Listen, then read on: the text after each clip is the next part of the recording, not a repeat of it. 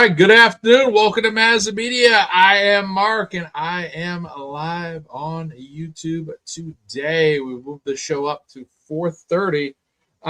We are just seeing a lot of scheduling today with a lot of shows going on. So there's a lot of shows on at 6 tonight, 6, 7 o'clock, 8 o'clock, 9 o'clock. And I said, kind of also looking at my schedule, I kind of got everything I wanted to get done by about 3 o'clock. I was already setting up for the show.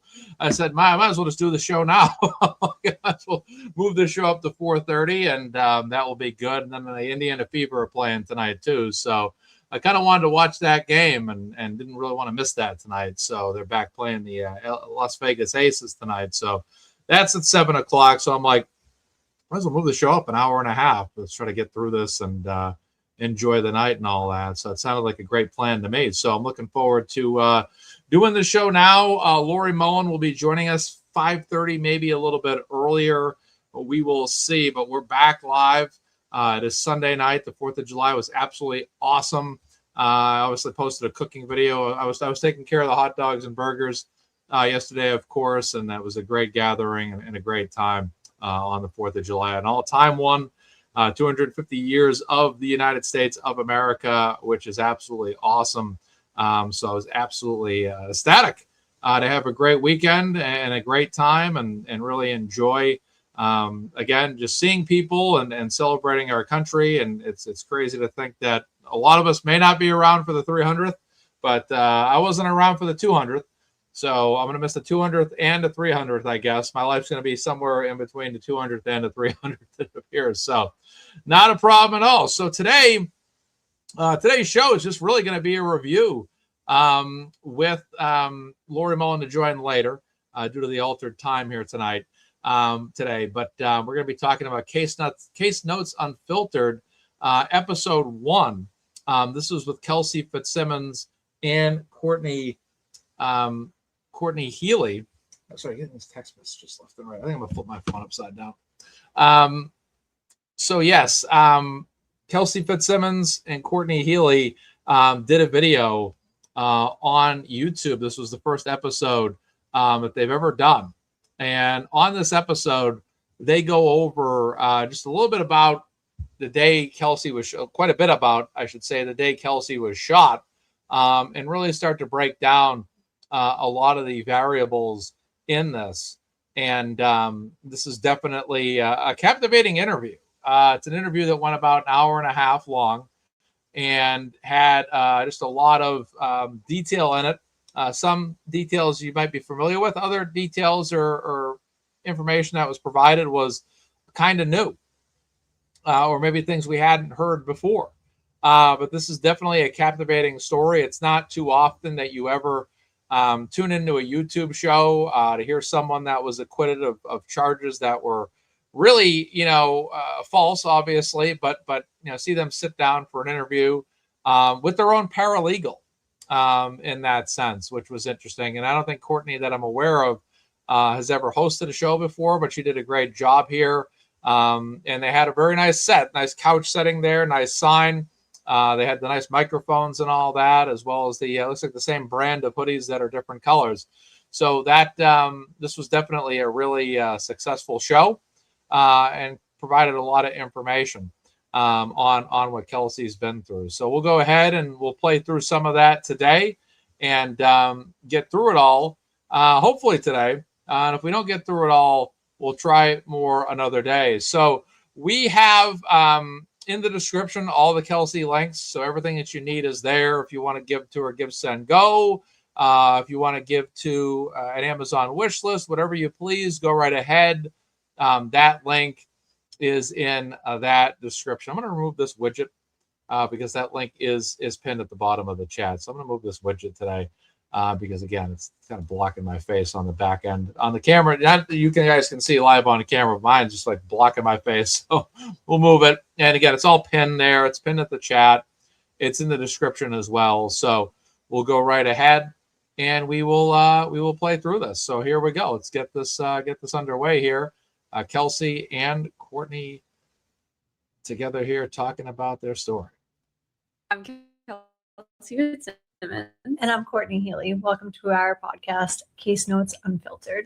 A year ago today, on June 30th, 2025, I was shot in the chest by my own coworker, a police officer. I spent 53 days in the hospital, survived multiple life-saving surgeries. I will I hate to break it up. I'm gonna be pausing and interjecting throughout all of this, but I like how she said that. My own coworker, her own colleague, she gets that right out of the way, right off the bat, to make that a point.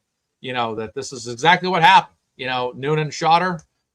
It was basically a nonsensical shooting, where a guy basically panic fired. No question about that at all. And then I was accused of a crime I didn't do and spent 138 days incarcerated before I was acquitted of all charges. And we're going to talk about it. Mm-hmm. I lost the life I always thought I would have, time with my son, and basically everything in the matter of a 15-second conversation. Let's bring it back to the beginning, to that conversation of where it all started. So the police knocked on my door on a beautiful summer day. I had just gotten home with my son. 1 year ago today. 1 year ago today. It was. I like the touch of the 1 year ago today aspect of this. I thought that was a really powerful thing. That was a real brilliant idea to do the first episode right at the time where all this really started. This whole saga started for Kelsey, where she went down this journey she didn't ask for. A journey in life that was far more devastating, far more altering for her life than it could have ever possibly been imagined to be. An ordinary day, a summer evening with her child. All was well pretty much that day. And then one knock on the door completely changes her life to the point where 1 year later, she's on YouTube with her her legal team member, talking about what happened a year earlier. But I did like the touch about this a lot. I thought that was a real great idea to kind of really remember what happened a year ago, really by ideally calling it the day I got shot, which was a powerful story. And again, this is, and it just goes to show you that in moments, your entire life can be altered, which is really a scary thing. We all live our lives day in and day out. And at any point in time, something can happen that can change that life forever. Or even if you recover, can still have an altering effect. And that's what we've seen with Karen, Kelsey, people that have been falsely accused of crimes they didn't commit. But again, having to deal with the outcome of a situation.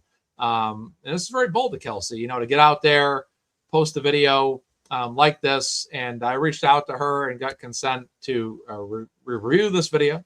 Thank you, Kelsey, for that. But this is definitely it's brave to come out here and talk about your story, but it needs to be told. It needs to be told because what happened to her was an absolute injustice at multiple fronts, from her own police department standpoint, and as it pertains to her own relationship. There's no question about it at all. This is definitely a shocking situation. And again, stories that need to be told publicly. It was sunny. It was gorgeous. On a beautiful summer day. I had just gotten home with my son. 1 year ago today. 1 year ago today. It was sunny. It was gorgeous out. I spent part of my day at work and then part of my day at the park with my son. And then when I came home, I was dealing with some relationship issues and I was served with a 209A restraining order. Completely unexpected by the police department I worked for. So no conflict of interest there. Yeah, right. Exactly. You talk about the fact that she had just been at the police station earlier that day and, all of a sudden they're coming to the house and all hell just breaks loose in a matter of moments, all over a restraining order being served. And that's been a story we've talked about numerous times on this program, but it's just amazing how this situation just gets so out of control so quick. And I really, regardless of whatever, and I'm not trying to in any way, shape, or form take any burden off of the man or guy that was, having this served. But I really ultimately put it on the police department first and foremost, because again, they let a situation get out of control. They couldn't contain this situation. They couldn't regulate this situation, and they allowed it to get to the point that it got. And I thought that was ridiculous. I disagree with this 209. You just get a restraining order and you get the kid. Come on, it's insane. We've talked about that, but again, it can't be talked about enough. Co-workers. Home, I was dealing with some relationship issues, and I was served with a 209A restraining order. I agree with you on that, Suze. I definitely agree with you on that, because that was definitely talked about. And going back to the fact that she had been at that police department earlier in the day for her regulatory CPR training that needed to be renewed every so often. They saw her earlier in that day. They knew she was perfectly fine, and then all of a sudden they're talking about that in the parking lot. It's like, boy, what kind of nonsense is this? Order. Completely unexpected. Completely unexpected by the police department I worked for. So no conflict of interest there. Yeah. Your own co-workers. 3 men. 3 men, my own coworkers served me, and Any compassion there? Like when they were there, was there any? no, it was very matter of fact. Yeah. So 2 things on that. I'm not trying to defend North Andover, but cops will always typically be matter of fact. But I would say this, regardless of the fact that cops should always be, impartial or whatever, that's not the way they really were here, though, were they? Because they didn't, they know Kelsey, they know her temperament, they know her behavior, they know all about her, and then they go in there and all of a sudden we're here to take your kid. All this happening, I just felt that overall they didn't handle this situation with the delicateness that it needed to have. And I think that not having child services involved, social services involved, was another major blunder in this whole thing, because it is a conflict of interest. Those officers, they all know each other. Now all of a sudden her work life and her professional life are all converging on her. Her work life and her personal life are all basically converging on one another and resulting in this. My coworkers are here, or my fellow police officers. They're here to take my kid. They're here to take my baby. This pertains to my work life, her life as a mother, her life in a relationship, and then her own home, and they're in her own home. And they're letting this kid walk in the house, with his sister. And this is all happening right in front of her. This is just stuff that's so outrageous. It can't be said enough what a horrible job the North Andover Police Department did with this. It's just a fact. There's no way around it. And again, it's just to her point. It's very matter of fact. There's no look, Kelsey, this is what's going to happen. We're here because of this reason. This is that. You think they would have tried to maybe tone it down, in terms of the approach. It's like she opens up the door, they step right in the house. And, she doesn't even have a moment to say, hold the fuck up.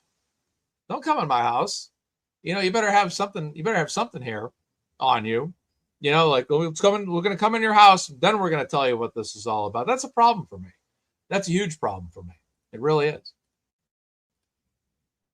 So none of you're one of ours, or we all stand together. We're going to get through this together. No, it was trying to show you that there's any light at the end of the tunnel. No. During this. Pack a bag for 2 weeks. And they made the 2 weeks seem like it was not a big deal. And it really was. I was going to be away from my son for 2 weeks.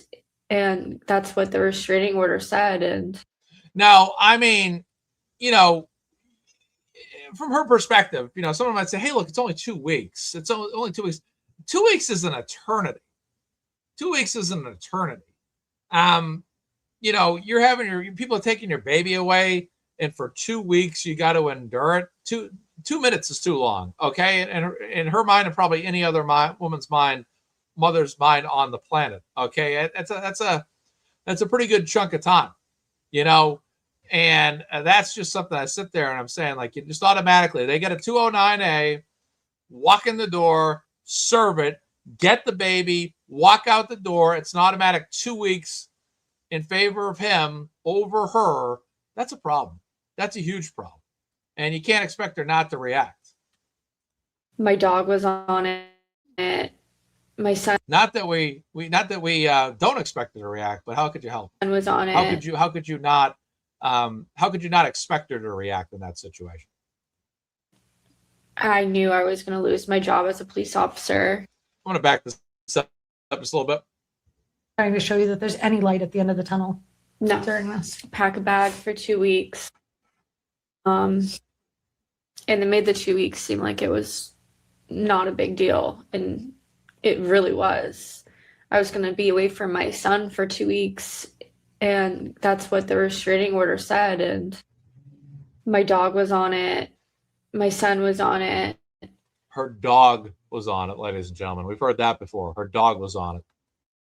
I knew I was going to lose my job as a police officer. And I just knew in that moment I lost everything I worked so hard for and loved so much, just like that. I mean, you lost your job, so you lost your income. How are you going to pay for your house? That all of that stuff was running through my mind. My mind was racing with just, I did not want to go through it. I did not want to endure. And you know, at the time too, like, you know, and I've said this about the human mind and human psychology.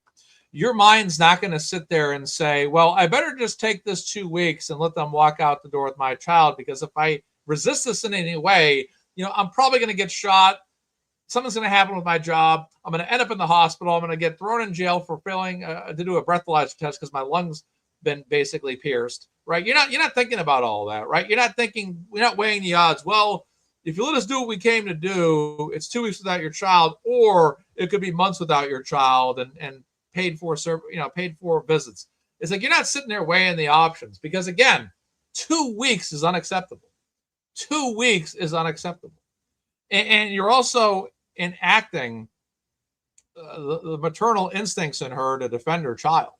The law is trying to overstep its bounds by basically saying, we're here to take your kid, and there's nothing you can do to stop it. And if you try to stop it, you know, you're going to be in trouble, or there's going to be consequences. How the hell do you say that? You know what I'm saying? How the hell do you say that to this lady? It's to Kelsey. It's insanity. It's absolute insanity what she went through. And I blame the judge for signing that 209A and allowing for that child to be taken away. And the way this was held and done is absolute insanity. And there's no reason why Kelsey or any person, I don't care if it's mother or father, I don't care if this is a mother for women or men for father, it doesn't matter. It shouldn't happen to anybody.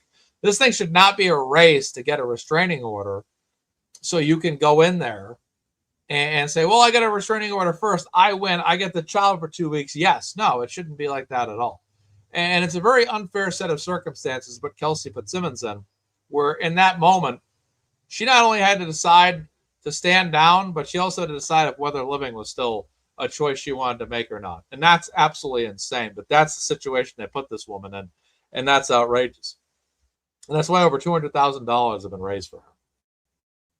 Everything I was about to have to endure. I knew that I had a long road ahead of me because everything just collapsed in. Mm-hmm. And I knew it was going to take a long time to rebuild, or By the person or people that you're supposed to be able to lean on, your trust, significant other, your coworkers, things like that. And it all just kind of came crashing down all within seconds. Moments. Yeah. So I knew in those moments I didn't want to do this anymore. I was like, I'm done. I'm going to wave the white flag. I'm done. I'm not living through this. Mm-hmm. I can't. And I remember, I'm not strong enough to survive this. And unbeknownst to you at the time, you were strong enough. Yes. It was hell. It was I am- definitely not easy or a walk in the park. In by any reflecting, means. I've come so far. I look back and I wish I could just like shake that girl and tell her like you're going to be okay. Yeah, definitely. That's what I like about Kelsey. Is she always gives, she always talks about things in hindsight, like how she would have done things differently. She talked about that during her testimony as well. One of the things that's really horrible about all of this is that in life we don't have that ability to look at things down the road. All that and that's the real. To me, I feel like Kelsey shouldn't have to make a decision in this situation. She shouldn't have to decide to be calm. She shouldn't have to decide to whatever. I feel like the system, that's why I would say that I feel like the system failed Kelsey Fitzsimmons. They put her in a situation where in that moment, she decided to make the decision she made in that particular moment, and up to and including potentially, the decision she made, right? And that to me, no one should have to be placed in that decision, in a moment where they have to make such a decision, whether their life matters or not, how they want to react. And I feel like, again, the North Andover Police Department failed her as well. There was no female officer. There was no social services. There was nobody there to protect her from herself in that particular moment. Because you don't know how anyone's going to react in that situation. You just don't. And I think that a lot of times people sometimes may react violently, right? Whether that's on themselves or on others, and that, when you're going into a house like that, someone like Kelsey, they're going to react. Any other person in that situation is going to react, and you don't know how they're going to react, when they're going to react, how they're going to react. And it's up to the officers to control that situation. But again, protect that individual like Kelsey Fitzsimmons in this particular circumstance, and making sure that they're as kind of calm as can be, because you don't know what's going to happen next. You just don't.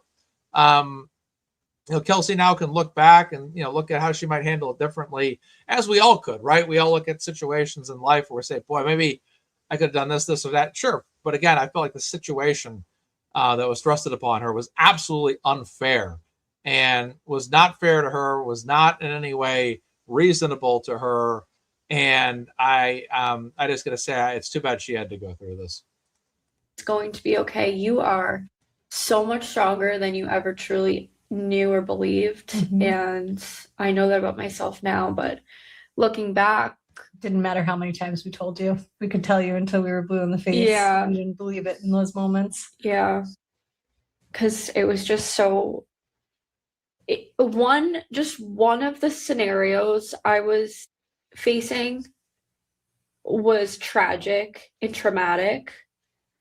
I had so many things. Mhm. So I was shot in the chest. This is all also stemming from a period of time where you experienced postpartum. Right. Yeah, so Right. the whole situation stemmed from me giving birth, having postpartum depression, not being myself, and trying to figure out how to get through that, because I was in a unique situation where I'm a police officer, and you're not as a female officer, you're not supposed to have postpartum depression. You're supposed Right. to just be okay. Right. They expect you to Yeah, they're supposed to, the humanity gets stripped right out of you. You're just supposed to be RoboCop, basically, where you're just a cyborg or a robot working for the department that doesn't actually have the life of a normal human being. Yeah, it's crazy. try to be one of the guys. It was hard. I was also going through so much, and then Yeah, I heard about that interview. I haven't seen it yet or read it yet. I did let my department know that I was experiencing postpartum depression, and So she says it right there. I did let my department know I was experiencing this. I'll play that back. it's hard. I was also going through so much, and then I did let my department know that I was experiencing postpartum depression, and it became, okay, you're an officer, you're diagnosed with postpartum depression, you now need to be pretty much recertified as a police officer. Mhm. So while I'm trying to be a new mom, spend time with my family, spend time with my son, precious newborn moments, I'm also in the background fighting for my job, having another psych eval, getting recertified and everything, and trying to prove that I am okay. I just dealt with this and I'm better now. And it caused relationship problems and it caused personal issues. And when I got served that restraining order, that was like straw that broke the camel's back. I was just like, I can't do this. Right. I'm done.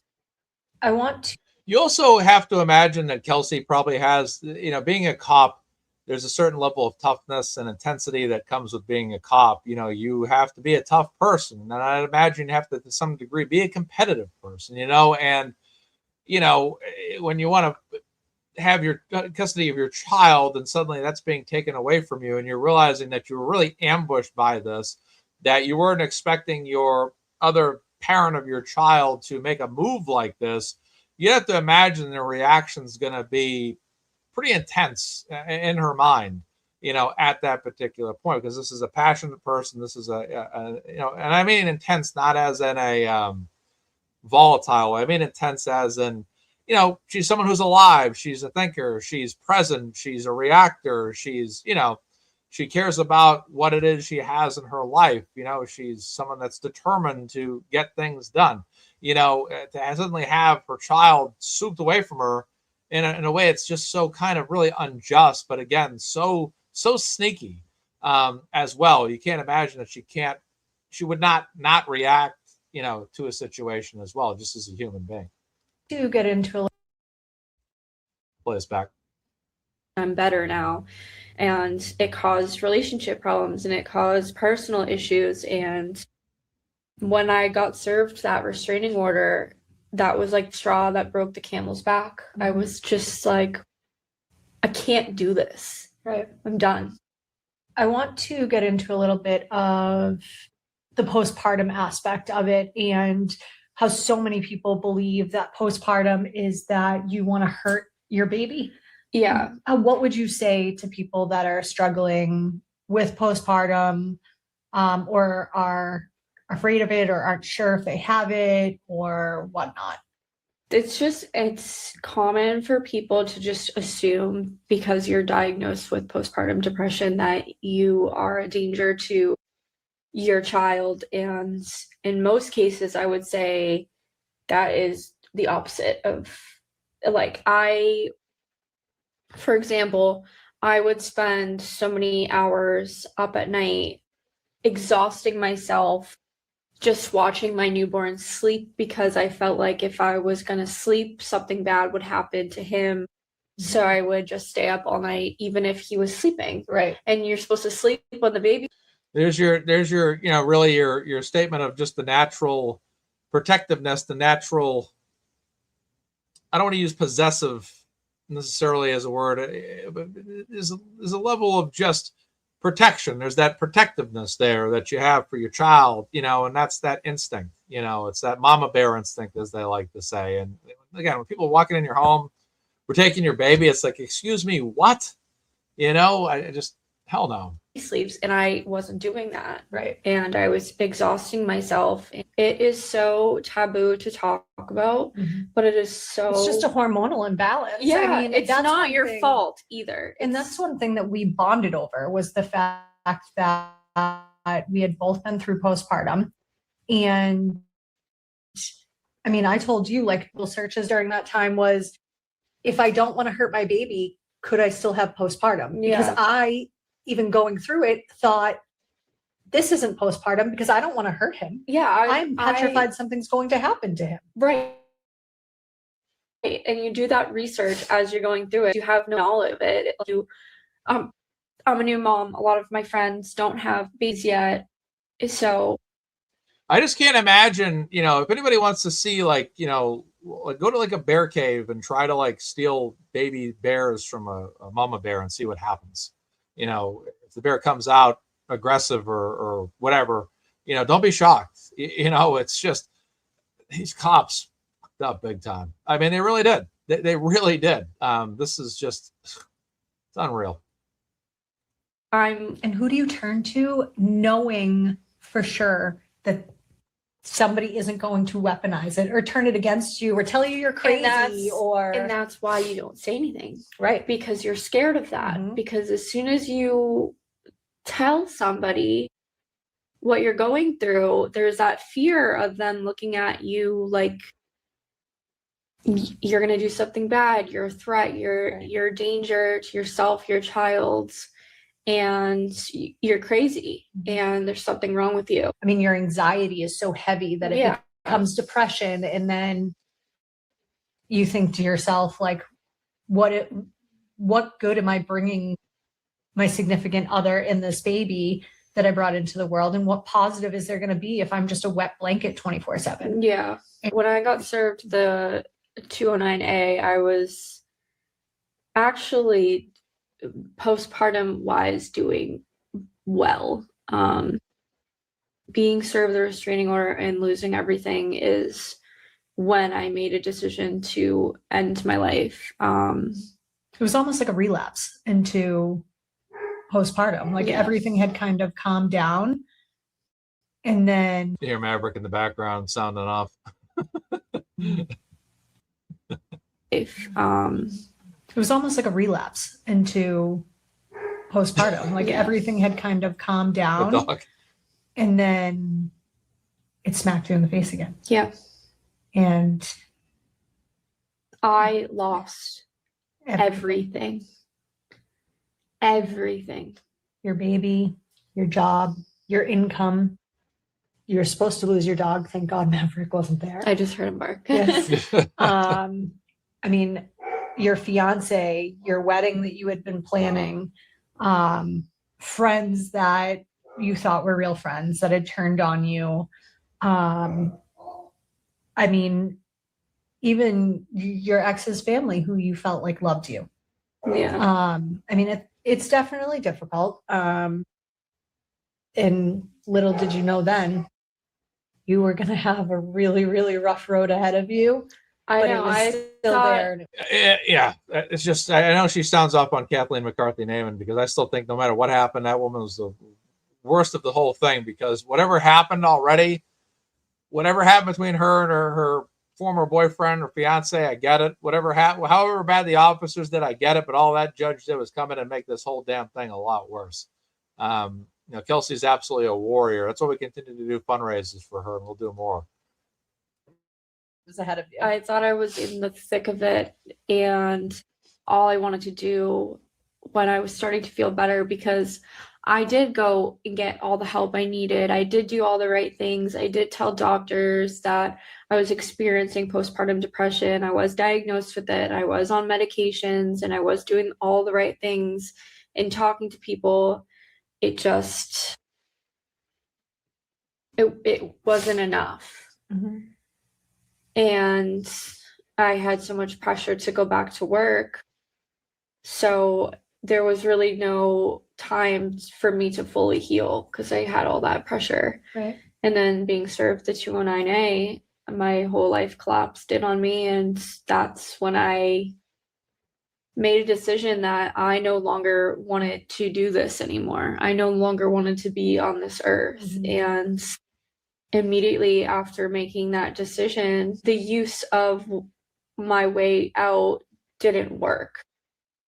But following that, I was immediately shot in the chest by my coworker during the service of my restraining order. Right. And I thought I was going to die. Now let's talk about when the officers came into your house. I know that it obviously came up at trial about what exactly happened. These officers tried to do everything they could to justify this, and it's just the thing is, you control the situation before you enter the home. You know what I mean? And they didn't do that. They didn't control the situation, and the situation got out of hand. Happened, but why don't we tell the story of when they showed up? You answered the door, they came in, and how you were asked to gather belongings for your son for 2 weeks, which is an extraordinary amount of time when you have a baby. I mean, even 1 day away from your baby at that point is a lot. Yeah. Yeah. I mean, how do you function? And 2 weeks without him, not knowing what he's eating, when he's eating, is he sleeping? There were who's so watching many him? unknowns ahead of me. Right. And yeah, it's the worst sentence I've ever heard in my life. Pack a bag for your baby for 2 weeks. Mhm. And Knowing you're not going with him. yeah, and what am I supposed to do for those 2 weeks? Sit in my house and just Right. not know what's going to happen? I couldn't do it. Right. So I tried to take my own life. And an officer panicked and shot me. I was left alone in my bedroom. Now that's the key word right there. She was left alone in her bedroom. If you're watching over somebody, if you're monitoring a situation, why would you ever leave this individual? Because again, they didn't secure the firearms. They asked her where it was, never located him, never secured him, never did anything like that. Left her isolated in her room. Now, regardless of Kelsey's, let's take Kelsey out of the situation, out of the scenario for a moment. As an officer, let's just say this is anybody's home in a similar set of circumstances. You don't know or you know or whatever. You never know how anybody's going to react and when. You just don't know. You just don't know. And you never leave somebody alone in a situation like that. So that's a major blunder. We're here because Officer Noonan fucked up. That's why we're here. We're all here because he fucked up. He shot him. If he just stayed in the room, he would have been able to monitor the situation. She would have never had the opportunity, right? And then he came back in and reacted. So there you have it. And an officer panicked and shot me. Panicked. Was left alone. That's my conclusion too, is that he panicked. He panic fired. I tried to take my own life. And an officer panicked and shot me. Was left alone in my bedroom. I knew that was the only time that I probably had to be alone, because the police were escorting me all throughout my house and they wouldn't leave me alone. They wouldn't go away. I was actually trying to get them to go away from me so I could take my own life. And the second I was left alone was the same second I knew I had a moment That was your opportunity. Yeah. And I took it. And I attempted to take my own life by using my own firearm. I put it up to my head, pulled the trigger, and it did not go off. The police officer walked in on that moment, panicked, and shot me in the chest. Yep. That was always my assessment of this situation. Someone I love that's on my show, that's been on my show for several fundraisers. We kind of saw it differently. I always thought the first shot missed because it was a panic fire. And I insist that that's what happened. Because I just believe your first shot is your worst shot in an unprepared situation. In a reactive situation, it's a panic fire. That's what I believe happened.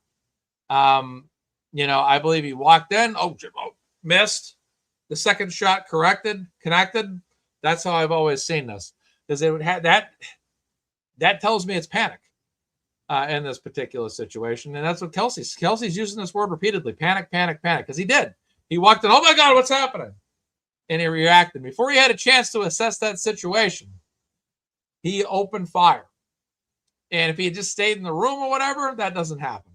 But that's where it comes back on the police department. The police department didn't get the job done right. They didn't protect the situation. They did not control the home.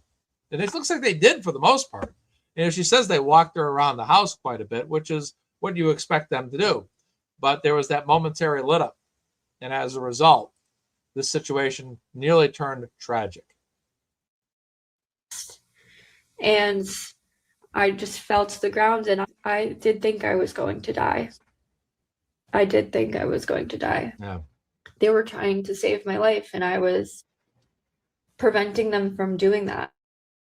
And you see Daly and Noonan afterwards reacting to the whole situation, and they're all like, "Oh shit, we really bleeped up. We really bleeped this thing up big time. Oh boy."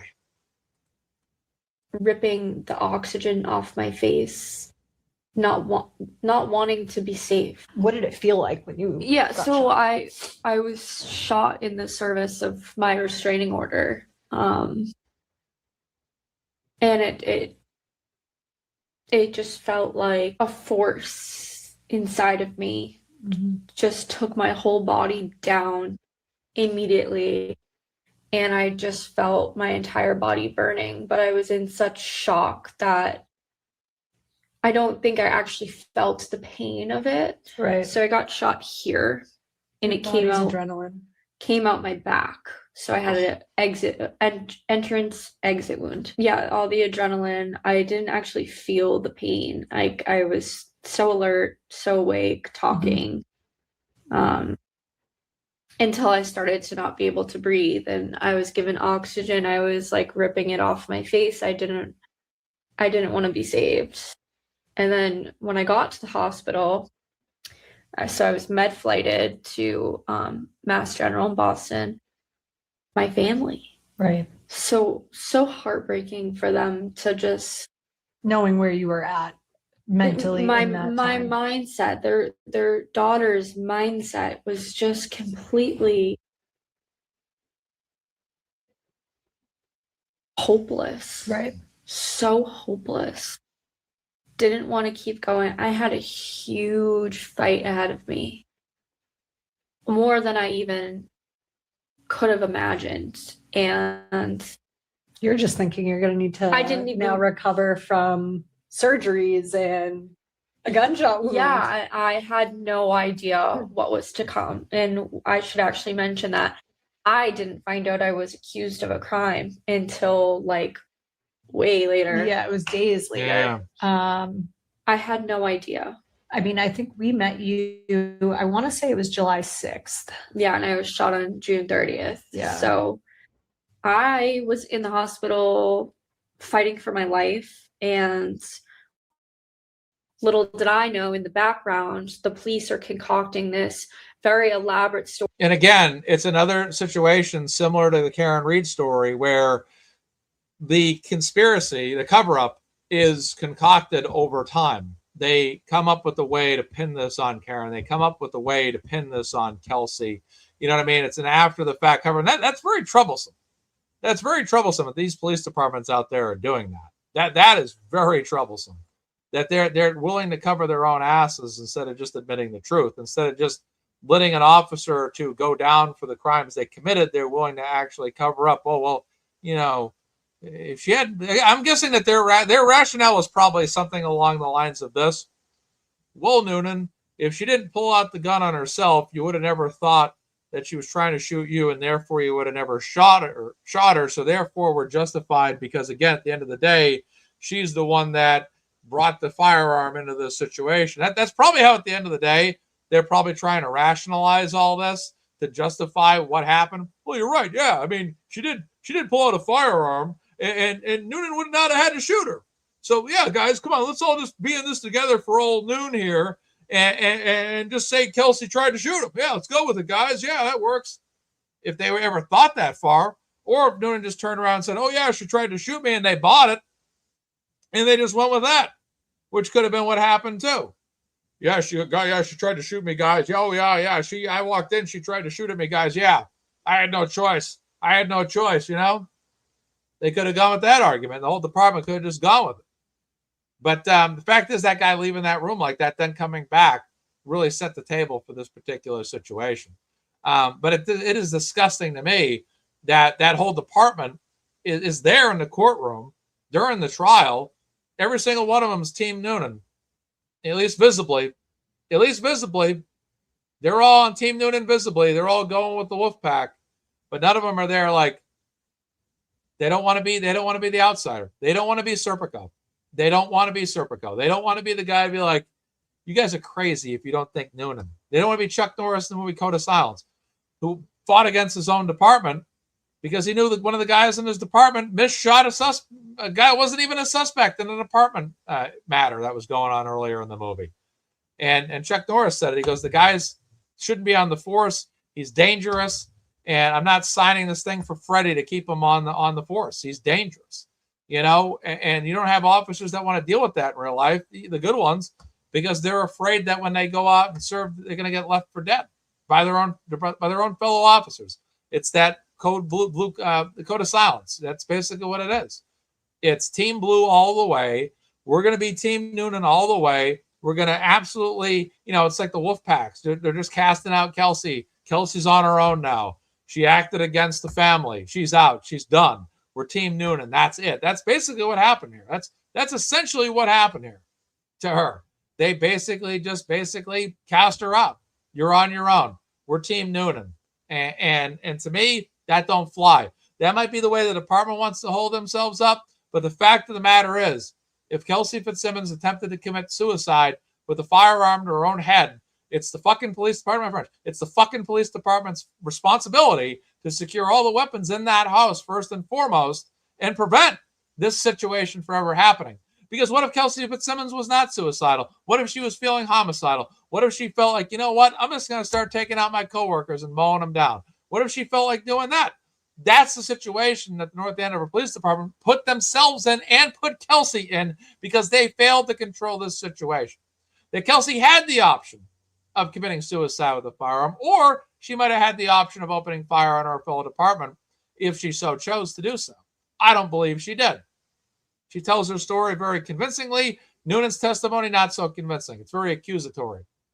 He doesn't admit to doing anything wrong at any moment, or maybe I could have done this, and that.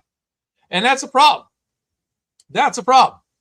But I do believe there's at least one or two officers in that in that department that kind of know the real story, know the whole story, or see it differently than the rest of the department. But, you know, they want to protect their jobs. These guys got families to feed and all that stuff. And let's be honest. And I'm not trying to justify this at all, but I'm just saying, let's be honest. These cops are well aware of all the dirt that goes on in their own departments. I got a buddy of mine that works in New Jersey at a police department. I've heard all the stories. These guys deal with this stuff day in and day out. They know. And they know next week or the week after or a year later, it's going to be the same nonsense over and over and over again. It's pretty scary. It's a pretty scary situation, to say the least. But with Kelsey here, you know, this is her life on the line. They tried to basically go on the stand and find a way to put her in jail, prison, whatever, you know, and that can't happen. But you got to protect her and protect yourselves. And I've said that before. And then, like I said, whether you really hate Justin or moderately hate the guy, should he have been allowed in the house? Because his life could have been in danger. Love him or hate him. This police department did not control the situation. They didn't control the firearms. They didn't control Kelsey. They had people entering the home. They weren't cops while this was being served. And they weren't protecting the situation. It's a total disaster. It's a complete disaster. It really, really, really is. And these police officers, for their own sake, can't allow things like that to happen. And that's all I got to say about that. In the middle of a Maserant, here comes attorney Laurie. Maserade. Let me make sure this is correct here. Let's see. There we go. Hi. Welcome to the show. How are you?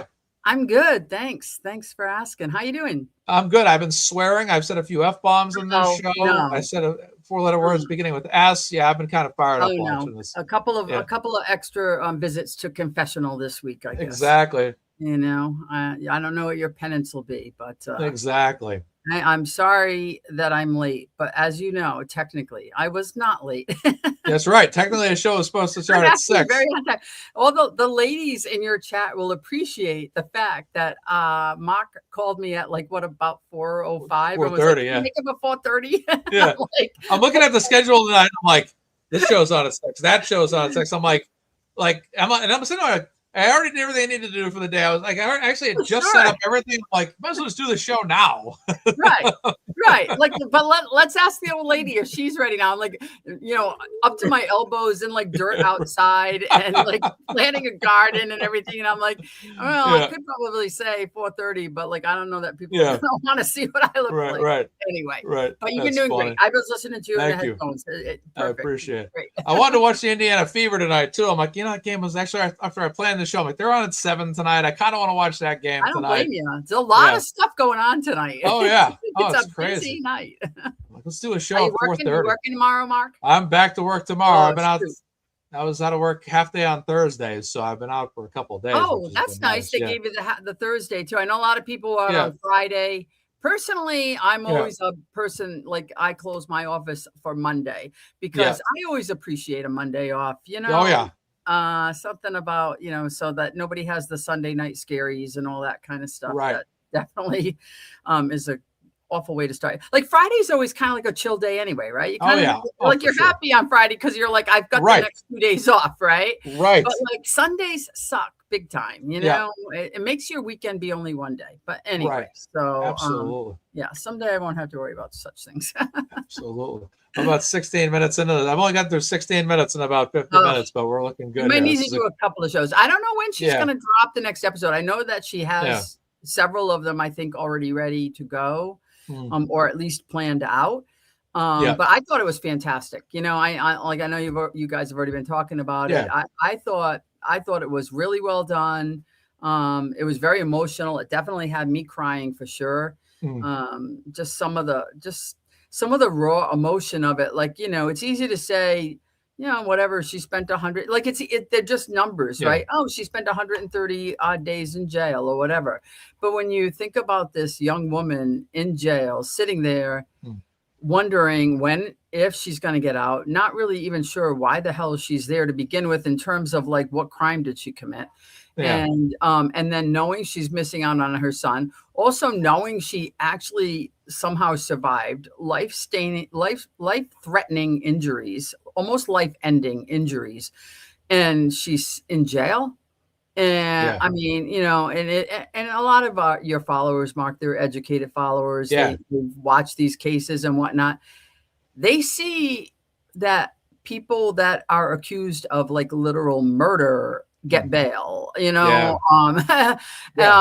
definitely assault cases get bail. Like, people get bail, and a lot of the bail is on personal recognizance. It's not even like there's no restrictions. It's like, just be good and like, don't, just make sure you show up to your court dates and whatnot. But like, something was off, right? I mean, something was definitely not right here in how all of this was treated. But to hear Kelsey's story and perspective of what it was like to be in jail for all that time, really, I don't know. I mean, like, I know the story very intimately, but to hear Kelsey telling it, because she wasn't allowed to tell that at the trial, right? We didn't hear any of this at trial because it really wasn't relevant to the issues at trial. So this is really the first time that you're actually hearing Kelsey talk about what was it like to be in jail, what was being at that correctional facility like for her, and as a woman who had her child taken away, who was going through postpartum depression, who literally had a wedding scheduled, and the fiance is, let's be honest, potentially the ones partially at least responsible for having her put there. And all her friends, not all of her friends, some of her friends betrayed her. Just imagine that perspective. And some of the things that she talked about with Courtney, for me, were like, like as a mom, it kind of, and that's how I got involved in this case anyway, because Kelsey reminds me a lot of my daughter, that they're less than a year apart. And I just, as a mom, I just can't even imagine going through that and your kids going through that. And like, you're just so helpless. So absolutely. Please, thank you, Laurie, for joining us. I'm going to continue to play this along. We'll pause it. Just raise your hand. Just kept changing and changing if you want and to changing. speak. That didn't make any sense to make it a good shoot, make it so I was no longer a victim. Right. I was accused of crime. Right. And someone else was now saying that they're the victim. And this whole thing was concocted, and so many people were involved and had parts in making this come to fruition. And then I was arrested in the hospital. And Do you think anybody expected you to survive that? no, and I think that's why it was so easy for people to just lie, because who would tell Right. them it was a lie if I'm dead? Right. Right. I mean, you're the only one that could dispute what happened. Most people don't survive a gunshot wound to the chest. Right. But the hospital is blurry for me. I don't remember a whole lot, but I guess at some point my family found out there was charges, and they retained you and Tim as my legal team, and Martha Coakley signed on to the case as well, which was amazing. The first day I met you, I still didn't even have a full understanding of what the heck was going on. Yeah, I don't think at that point you had known what your charges were. And at that point, it was attempted murder. Yeah. And I was on so many pain medications. I barely remember talking to you guys. I barely remember meeting you guys. I was not my normal self. That would be a good time to remind you or / inform you that the first time that we met you, we walked in. We'll skip that part. And I was surprised that Courtney actually brought that up. I think Kelsey We'll skip that part. Yeah. embarrassed. Yeah. You And know? that was our first introduction to Yeah. you, Wow. was you flashing us. Wow. And, what a way to meet somebody. Tim had the same reaction you did, I Maza. mean, there were Yeah, it's like, let's just move along. Like I think lots Courtney of here pain says that Tim medication. went away. He was like, I'm Right. He's like, I'll go over here. Yeah. exactly. we were there before. Like you knew we weren't there to just visit. Yeah. You knew we were there because of the gunshot wound and everything that happened. So for it was that. like, well, if they're here for that, I need to show them. Yeah. Way to leave an impression. Right. Yeah, I vaguely remember meeting you guys, and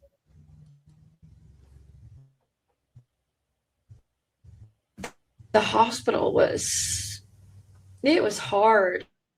I think about a week and a half after that, I started coming up like every day. I think you started calling.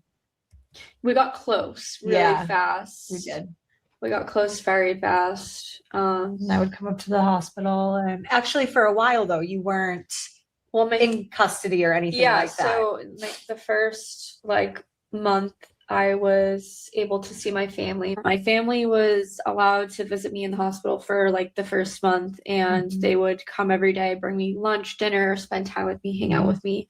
And this was when the charges were just kind of sitting idle. Yeah, I wasn't formally charged with the crime yet, but we knew it was coming. Your arraignment was, or the charges were, I believe, on the docket, but I hadn't been arraigned yet. And I was not in custody. Tim had talked to the ADA, and they knew I couldn't really even walk, so I wasn't. You had drainage tubes in your chest. I had chest tubes, yeah, and I was still getting surgeries. So they wanted to arraign me the day I was discharged from the hospital, which made sense for everybody. So we were going to walk you into the courthouse The day I was have you discharged. arraigned. And that's not how it went. Because Imagine sitting in a hospital bed like that, thinking that, her reality was attempted suicide. And then she's finding out that now this thing is being spun in terms of being, Kelsey actually tried to kill Officer Noonan, and he shot in self-defense. That's just a wild turn of events. And when you know the truth and you know what actually happened, there were only two people that really knew what happened in that room, and Kelsey was one of them. And that's kind of what makes this so compelling, right, Maza? Because she's so truthful. Yeah. When you think about the things that she does reveal about herself, they're hard things to tell about yourself, aren't they? I mean, you wouldn't that's what I think why people relate to her is because she's genuine, and she's not Yeah. perfect, and she doesn't try to say she's perfect, and she did things that are regrettable and that concern her about herself. And she always is saying, I'm always working on myself. I'm working on myself, you know? But the one thing that she has never wavered on is she did not try to kill anyone except for herself. She had Right. never any intentions of doing that. So, Right. Even listening to her here, not even just this portion of this video, but prior to this, segment here, just the way she tells her story, like my mind tends to reflect back to her testimony, where almost everything is just a mirror image of exactly what she testified to. It is, in terms though. of her. Yeah, exactly. That's it's how you know, easy. again, It's true. easy when you're telling the truth, right? That's Right. that's what we've learned through all of this, through the Karen Reed, through like no Right. matter. It's like the truth never really changes. It's when people are making up stories and saying things, and we did see that with Noonan, and his story was just fantastical. It didn't make it might have been great in like an action movie, but like in real life, it just didn't seem to be playing out. And Kelsey never changed her story. Her story's always been the same.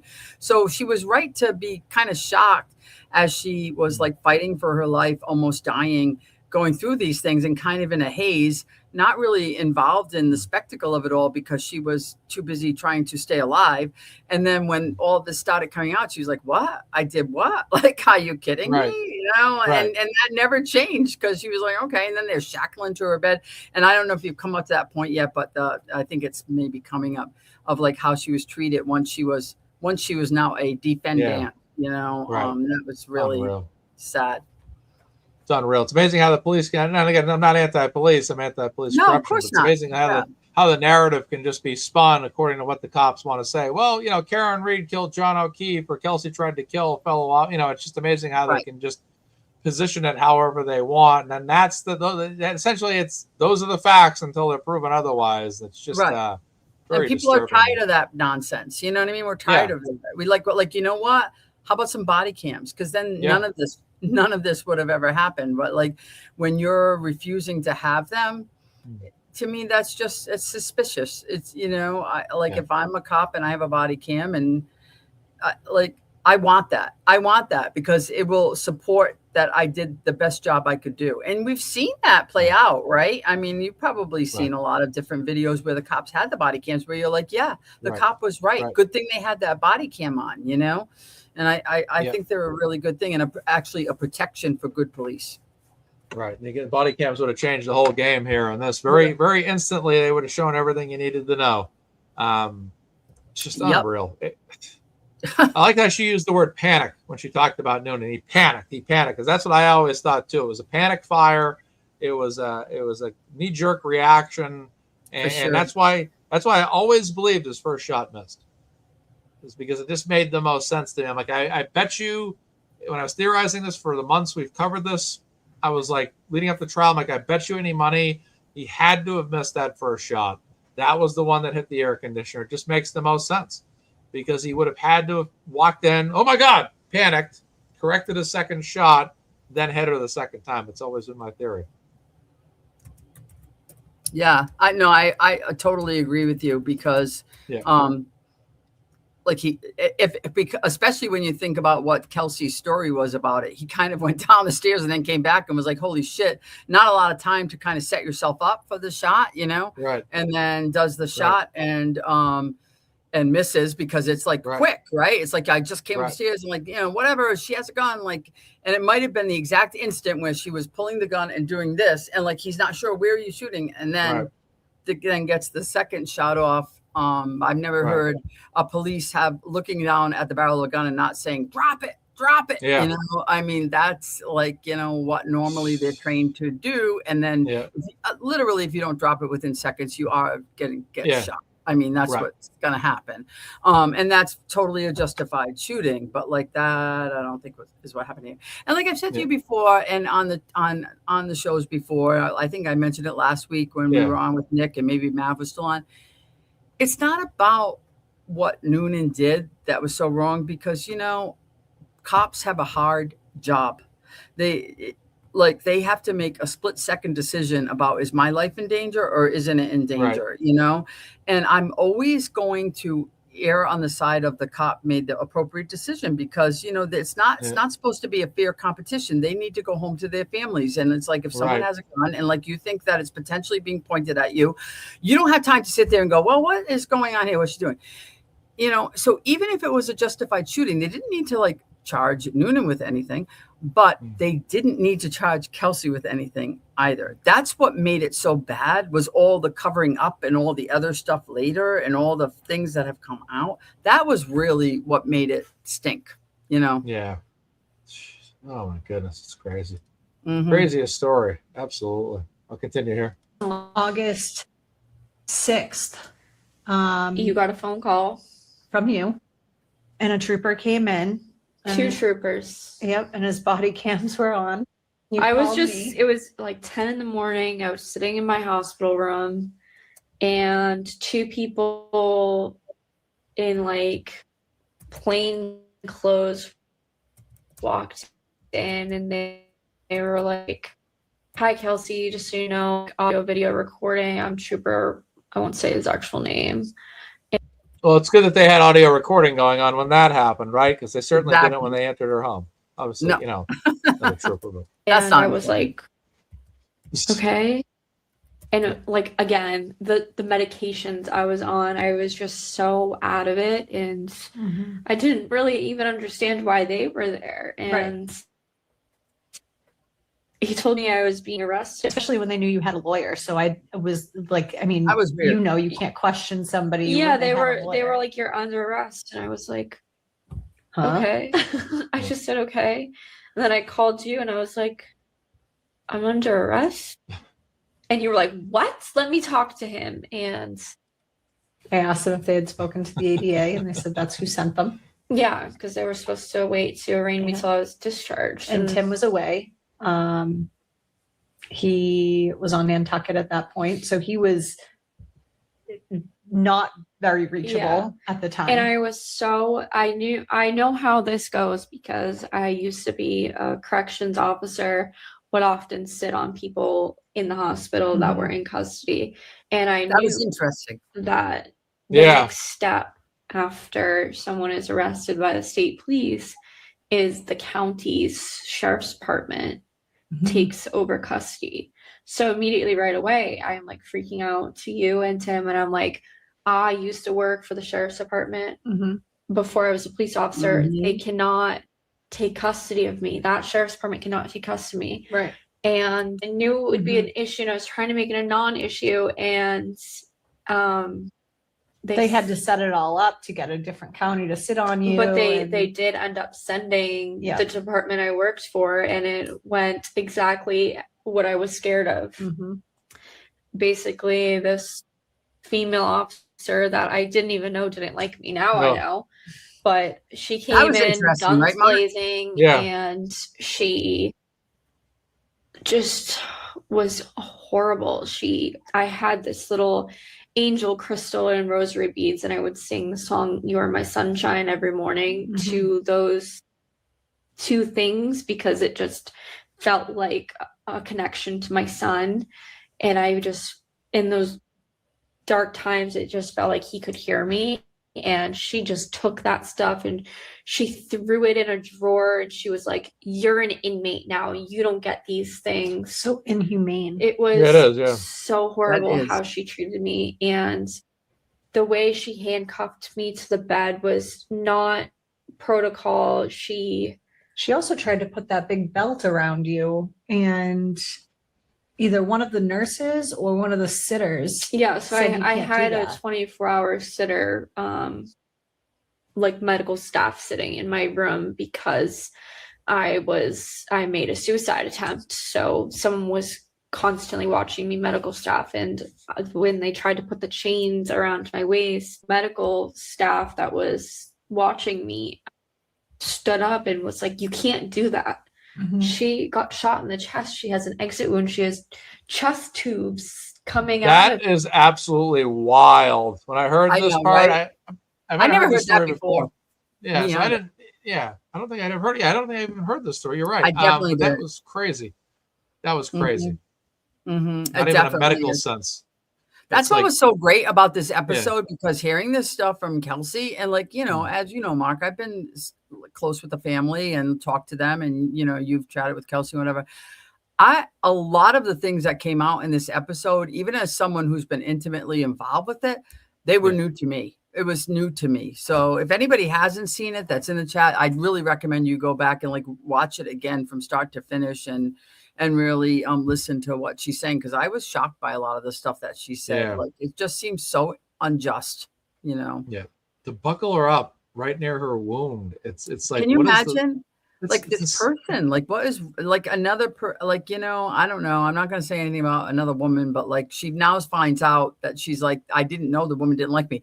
That's Kelsey for you. She was like, I now found out that she didn't care for me, but like, I didn't know this at the time, like, and then it was almost like, she was getting her revenge, or just like trying to hurt Kelsey for no reason. Like, she wasn't, where was Kelsey going to go? She was like in a hospital bed, shot in the lungs, like whatever, like no weapons around her, nothing around her that can hurt somebody. And you're just doing it to be mean at that point. Yeah. Unreal. Just the lack of and I'm not even so much compassion. It's just the medical awareness of, or the awareness of the situation that this, individual that you don't really know, it has been shot. And you're attempting to do this to someone that has been shot. It's just, come on, let's just be more aware here. It amazes me sometimes. I think it's a scary thing, and I'm not trying to by any means drag people down in any profession, but one of the most shocking things sometimes in any profession is sometimes people are not as educated on the simplest things as we may think. And that can be scary. That's true. Yeah. Yep. It really can. The fact that this has happened too, it's just like, she can't even sit in a hospital bed here and not be worried about having pressure applied to her wound. For goodness sakes, it's like, come on, have some awareness. Exactly. And it actually kind of like feeds into even like, everyone's favorite judge, not allowing her to have surgery. And because God forbid she's going to have the ankle monitor removed. What do you think's going to happen? She's going to escape in the middle of her surgery to have gun fragments removed from her back? What's going to happen? Like, you think like what is this like? What it reminds me of, Mark, you and I were talking about this the other night. Conspiracy theory with Mel Gibson. Remember when he's like all in the psycho ward, like whatever, and he's all out of it, and he's like running through the hospital, but it's like, is that Kelsey? Is like Kelsey able to do all of these things while she's like having surgery on herself? Like, it's weird. It is, exactly. I mean, if there's any chance of escape, it's going to happen after the surgery. I don't know if these people are aware of that, but it's just like, seriously, it's like, you just, they have to make sure they're well measured. If you need to contain her, I understand you need to contain her, but it's part of your job. Totally understand it. But at the same time, let's understand the situation here and the scenario this person's facing. They're waiting on surgery. They have a wound. And come on, let's get more realistic here. And it isn't an action movie. I mean, like, anybody in your chat that has ever had surgery before knows you're not going to be like doing anything after you've had surgery in nature where you're put under general anesthesia. Right. It's so dumb. But to say, well, you haven't provided me with proof that, the doctor can't do this. What doctor in their right mind is going to do a surgery with that? They don't even want you to have your contact lenses in. I mean, it's insane. Yeah. Just makes me so upset. Anyway. Yeah, I know. Right. You can't do that. And they did listen to that, but I was not treated very good when the custody changed from state police to the sheriff's department. And this is when you and I got really close, because when I was put into custody, they took my phone. I wasn't allowed to make any phone calls. I wasn't my family visit me anymore. There were even times where I would try to call. Sometimes they would give you the hospital phone to talk to me, and sometimes they wouldn't. Yeah, and it would depend on who it was that was sitting on you. Yeah, often I wasn't allowed to even call my attorneys from the hospital because it just wasn't allowed, and that was really hard. So Courtney started to come to the hospital pretty much every single day, and she was my lifeline to the outside world, because my own family couldn't even talk to me, and they didn't know how I was doing if it weren't for you.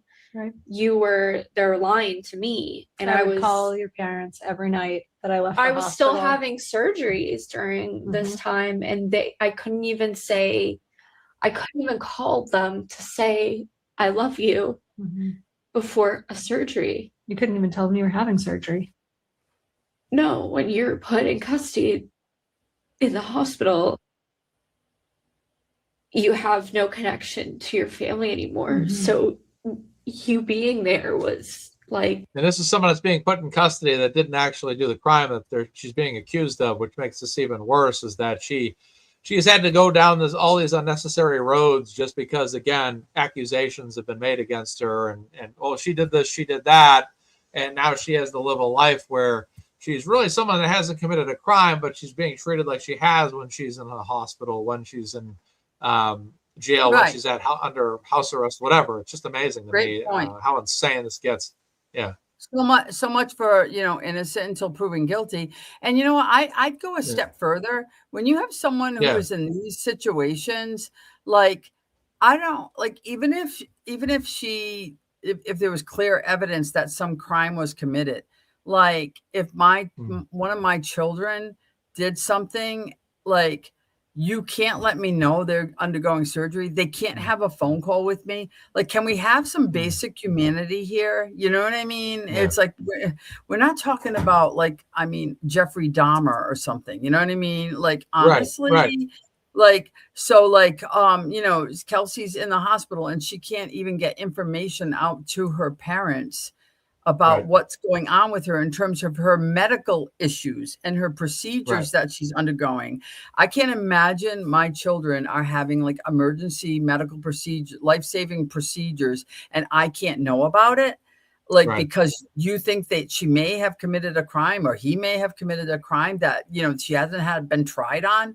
Like, maybe we need to change those procedures a little bit. Maybe that's not like the best. I don't know. Like, it's just, it's hurtful. Well, right, and it gets to the point where we're an innocent until proven guilty society, right? And but there are times where people are really guilty until proven guilty because you have people that have obviously committed crimes. But the thing is this was an extreme gray area from an outside observer standpoint, meaning there's really no evidence to suggest Kelsey's innocence or guilt. And there's no evidence from the outside. I'm talking initially from an outside observer when I make these comments. And there's nothing initially to suggest that Noonan was justified or unjustified. So basically, it's a massive gray area. And you have this person that's being treated this way in a gray area. That's what just drives me nuts about the legal system. The more and more I dig into situations like this, where it's like Kelsey has to go through all of this. Basically, she's gone through the prisoner's life, never even in solitary confinement, all this house arrest, all this stuff. And I understand the system's the system. I get it. But at the same time, you have somebody here that ultimately gets acquitted nonetheless. And to me, it was a very easy acquittal. I didn't think that there was anything really. I mean, that judge deliberated for a while. It came back with this decision in a matter of hours. That tells me all I need to know right there. Exactly. How could you even, like, we all kind of knew it. And I remember talking to Mark Betterow, like he was there for verdict day, like you were, and like whatever. And we were talking about it. And he was like, he was keeping me calm because I am a little bit more emotionally connected to the case and stuff because of being like the family and everything. And I just love them so much. And I just was so worried about it all. And like in my mind, I'm like, it's not guilty. It's not guilty. Like, how could you even overcome the reasonable doubt? I mean, like Kelsey's testimony was lock solid, right? I mean, like there was like so like if you even believe her, like 10% of what she's saying, you got reasonable doubt. I mean, like if you're saying, she could be telling the truth here, then you got reasonable doubt. And Mark was like, Laurie, calm down. Like, because it was stressful that day because it just seemed like, oh no. Yeah. Because you know why, Mark? It has nothing to do with the case itself. And I thought everybody, Tim did a great job. And I really, did think that there was more than reasonable doubt. Mm. It's the system. And we saw Wow. what happened with the system and how it played out. And not to, go on a tangent, but we see how the system's playing out now, again, even in the civil case on Karen Reed. And I have like tons of thoughts about that too. I'm not going to express tonight, but like, it's like, what is going on here? And it's more than something about the case. And that's what always was worrying me. It's like, who's talking, who's in somebody's ear, what do these judges have to show, especially in this particular case where like the judge conduct, let's be honest, not great. Not the judge that heard the case, but it does make you a little worried. And like, it makes me a little worried in the civil case. Again, not as worried as with Kelsey, because, Kelsey could be going to jail and she's facing a criminal charge and she wants to get back together with her son. In the civil case on Karen Reed, it's all about damages and civil liabilities and things like that. But like, what's going on there? Like, what's going on there? Who's getting to who and who's talking to and who's in somebody's ear? I don't like it. I don't like it. And I think that's that worry here with Judge Karp, who ended up being fantastic. And I think he was like, a straight shooter. I really do. Yeah. I think he was a hard guy that nobody could get to him one way or another. I think he played it straight. Yeah, 100%. 100%. But it's nerve-wracking. It is. I don't think they'll know how grateful I am. I mean, we got very close. We sat for hours and hours. I would order you a grilled cheese before you would get there. I knew you were coming. Grilled cheese and a ginger ale. And we would sit there, and there were times you had like a little nightlight. Remember the nightlight? We would have we would call them our candlelight dinners. Yeah, we have pictures. We have pictures, and I would sit in the hospital bed with you, and and just like things. And to give a picture of this, the 24/7, there would be two offing in my hospital room, me, and I was always shackled to my hospital bed and sometimes handcuffed as well. And when you got there, it was a legal meeting. So they would have to get out of the hospital. And I would come in and say, sorry, guys. I remember like the relief I felt when you got there. And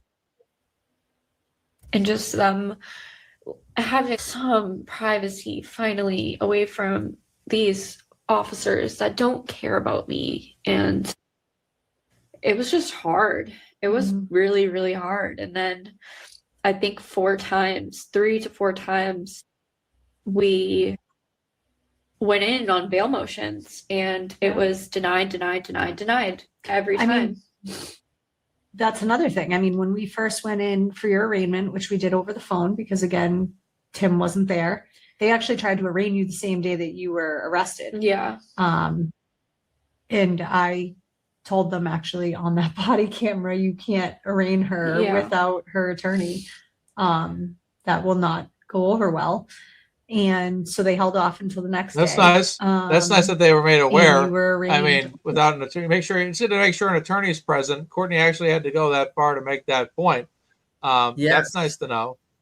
Yeah. I mean, why would they need that? Like, I mean, like, anyway, it's also infuriating. Absolutely. But thank God for Courtney, because I think things could have ended a lot differently when you have a postpartum, mom suffering through some emotional difficulties, and then, let's pile every single thing that could go wrong and bad in her life onto her all at once, and then add in a life, like almost a life-ending injury that she has to deal with too. Sure, why not? Like, sure, like, right. Exactly. So, I mean, I agree with Kelsey. I feel like Courtney saved her life, Exactly. Oh my goodness, it's crazy. Over the phone, but the Commonwealth moved for dangerousness. Yeah. Which is to hold you with no bail. I mean, did you even think that could have been a possibility? No, because I didn't even know I was dangerous. Right. I didn't even know I was accused of a crime. And when I found out how egregious of a crime it was. And when I found out what the story they came up with, I was full-blown shock. It just didn't seem real. It's like there's just no way. And then held without bail. And then 53 days I spent in the hospital. And for most of that time, I was in custody and I wasn't able to see my family. And I was away from my son. No communication. Not even updates about how my son is doing. Nothing. And So I believe you were in the hospital for, I think, 35 days prior to being arrested. I wasn't given bail. I was held on dangerousness, and I wasn't fully healthy, but I was healthy enough to be discharged from the hospital, and that meant get discharged and go straight to jail. Had filed, obviously, in opposition to the 58A Yeah. that the Commonwealth brought forward. And then we appealed the bail decision to the Superior Court, because first you were arraigned in district court. Mm-hmm. And we appealed the decision. And that's where we first met our Superior Court judge, the first Superior Court judge, who ultimately denied our petition and kept you held with no bail. Yeah. And I remember she looked at you during that. It was either during that one or during your arraignment in Superior Court after the indictment came back, where she looked at you and smirked and said, "You're not going anywhere near your baby." Yeah. Imagine that shit. Because we were asking for. You're not going anywhere near your baby. Well, excuse fucking me. Excuse fucking me. All right. How many tips into the swear jar tonight, Maza? All of them. All of them. Where she looked at you and smirked and said, "You're not going anywhere near your baby." Yeah. Treating Kelsey like she's a monster. This judge had it in for Kelsey. There's no question about it. Look at her. She's freaking scary looking, right? I mean, Yeah. a sensible human being. Like, seriously, people can't go through things like you, like a lady. I don't even know if she has children. How would you feel? Yeah. Your infant's ripped from your arms. How would you effing feel? Yeah. Like, seriously. Yeah. Jesus.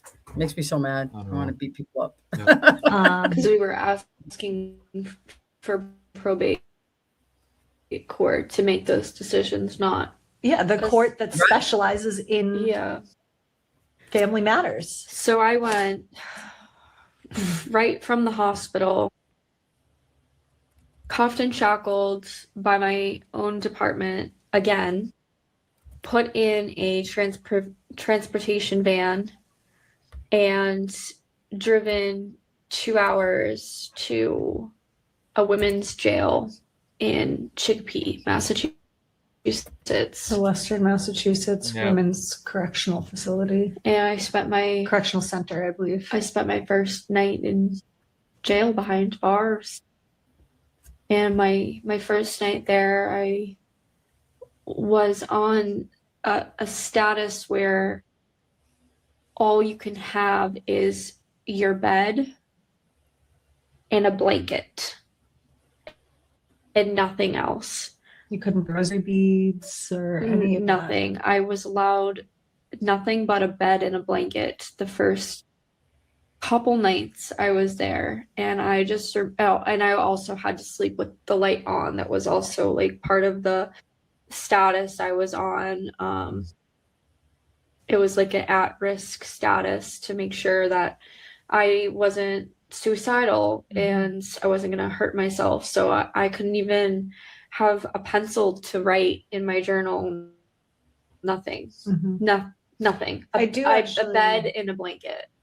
And I do actually remember you telling me, even in the beginning, how grateful you were, how you treated inmates in the past, because you were now in that position. Yeah. And how much it meant to you. You're so vulnerable. Yeah. How much it meant to you for correctional officers to treat you like a human. And some of them didn't, but the ones that did. I mean, I was on a first name basis with that front desk there. Yeah. They wouldn't even say their like their script when they answered the phone anymore. They would pick up and say, "Hey, Courtney." Yeah. But I mean, you would talk about how humane you were to inmates when you worked as a corrections officer, and how much you, looking back, were glad that you were like that, because now you were in Yeah. those shoes. Went from officer to inmate. Mhm. And I mean, what was that like, sitting there knowing that you used to be somebody that was on the other? I don't expect anybody to ever be overly nice to inmates ever. I mean, I understand the territory. What I'd ask, though, is that you don't be volatile to people. Unless, of course, the people are just known, like, known inmates that, like these people have their reputation precedes them, but with Kelsey's situation, it was such a great, like, from an outside observer's perspective, not knowing all the details, it's such a gray area. And it's amazing how quickly somebody like Kelsey or many other people can be said, well, you know what? You're accused of doing this, therefore we're going to treat you like absolute dirt because of that. That's where I kind of draw a line. Like I said, I understand the territory of watching over prisoners, inmates, whatever. But at the same particular time, it's not like Kelsey was somebody that had been known for going on a rampage outside in public, and it was all on camera. It was all clear as day that she had whatever, right? This is not the situation she was involved in. She was involved in a situation where there was a knock on her door. Her house was infiltrated. Her baby was being taken away. She went to turn a firearm on herself, and what's being debated is whether or not it's her story or Noonan's story. That's the truth. It's a gray area from outside observers' perspective. But overall, we know the truth. But still, it's just like to see her go through all this. It's, you wonder what, you wonder why people like Kelsey have to go through things like this in life. But, if there could be something to come from this in terms of her doing what she's doing right now, getting her voice out there, making it known, telling her story, then that makes what she's gone through have a higher level of meaning. Yeah, she definitely has some purpose, I think, and like, to me, honestly, like, I'm not disagreeing with you, but I also feel like, I'm old. I'm a lot older than you. Like, I'm like Tales from the Crypt older than you. And I feel like even people who may seem like really bad people, if you treat them with kindness and respect, why is that hurting me? That's not hurting me to do that. Like that, like you might see someone that you think is like, whatever. And I'm just going to treat everybody with kindness and respect until they've done something differently to me, Yeah. And so I've been treated poorly. But especially in a case like this, where Kelsey and many other inmates that are being held there, they haven't been tried and convicted of anything, So instead of treating them like criminals, they're not criminals. I mean, this is the 250th anniversary of our democracy. And guess what? You're innocent until proven guilty, and that's how people should be treated. I'm not saying you roll out the red carpet, but you shouldn't be being cruel. Like, you shouldn't be being cruel. These people have not even had a trial yet. You don't be cruel. Like, just whatever. It's not gonna change anything to just treat people with just an overall kindness and respect, and then move on. Like, you don't have to, you don't have to go over and get the lobster roll from like whatever Red Lobster. If we'll look at this later, the Red Lobster. But like, just common courtesy and respect of someone that's going through this system who has not had a trial. So guess what? She's innocent by virtue of definition of our laws. She's innocent. So just treat everybody that's in there in that same stage of the criminal justice system that she's in the same way, with courtesy and respect. That's all. It's not that hard to do. 100%. Their side. I just was a realization of like how easily this can happen just by a lie being told about you, and now you're sitting in jail for something you didn't do, and you now have to prove your innocence, and it's not innocent until proven guilty. It's guilty until proven innocent in our system, and it did make me look at the system so differently. It's so broken. There's no reason why I sat in jail for 138 days. I mean, you sat there with some crazy people too. Yeah, yes. I mean, the stories that came out of that Yeah. stay, there were some stories that actually like brighten the day, or I we would know. crack up laughing. And there's about. some stories where I would just call you bawling my eyes out and be like, get me out of here. But Mhm. I guess one funny story, it's not funny, but it's like, this was like, where the hell am I right now? Story. Is this the girl that told you she broke out of prison? Yes. And- So I was in, after I got off of like the status where they were worried about my mental health. The first few nights in jail, I went to solitary confinement. So in a jail cell 23 hours a day, and I was on a protective custody status. So because you were a police officer because and I a former a CO. police officer, former CO. So that's just the status they put you on. And unfortunately, you have to live in solitary confinement, which is also where people that are disciplinary go. So there were federal inmates housed there, Mhm. and it was the whole for them. And there was a federal inmate that was housed there for escaping out of federal prison. Mhm. And she came up to me and she was like, "You're too pretty to be in jail." And I was like, "Thank you." And she was like, "What are you here for?" And I just told her what I was accused of. And she was like, and then You I was, asked her what she was yeah, there so for. I was like, "What are you here for?" And she was like, "Oh, I burned down a really important person's house. And then I went to prison and then I escaped. I climbed over a fence." And she was like, "You're It's little the too. Rock." You could climb over the fence." And I was like, Jeez. "Okay." Yeah, right, yeah. So then I'm like, That's when you called me. yeah. And I was like, "Courtney, Google this person's name. Yeah. Whose house did she burn down?" And it was the Pope's house. Yeah. It was a church. It was literally Wow. a church. So this really important person's house, We burned thought she down. was lying that she escaped, because we were like, what? Yeah, you can't Like- escape federal prison. That doesn't happen. But sure as she did. That's She did. exactly what she did. They caught her Wow. walking down the street and Yeah. picked her up, and At a gas station. so crazy. But Yeah. yeah, she had set fire to a church in some And other I was state. like, where it was Arizona. Yeah. I was like, where am I right now? What the hell? I mean, there That's one of the phone calls where I was like, "Courtney, get me out of here." Yeah. there was that. Blooper. I love this. Fix It's that. so Fix cute. that. Now. Yeah. So I, cute. oh, Uh-oh.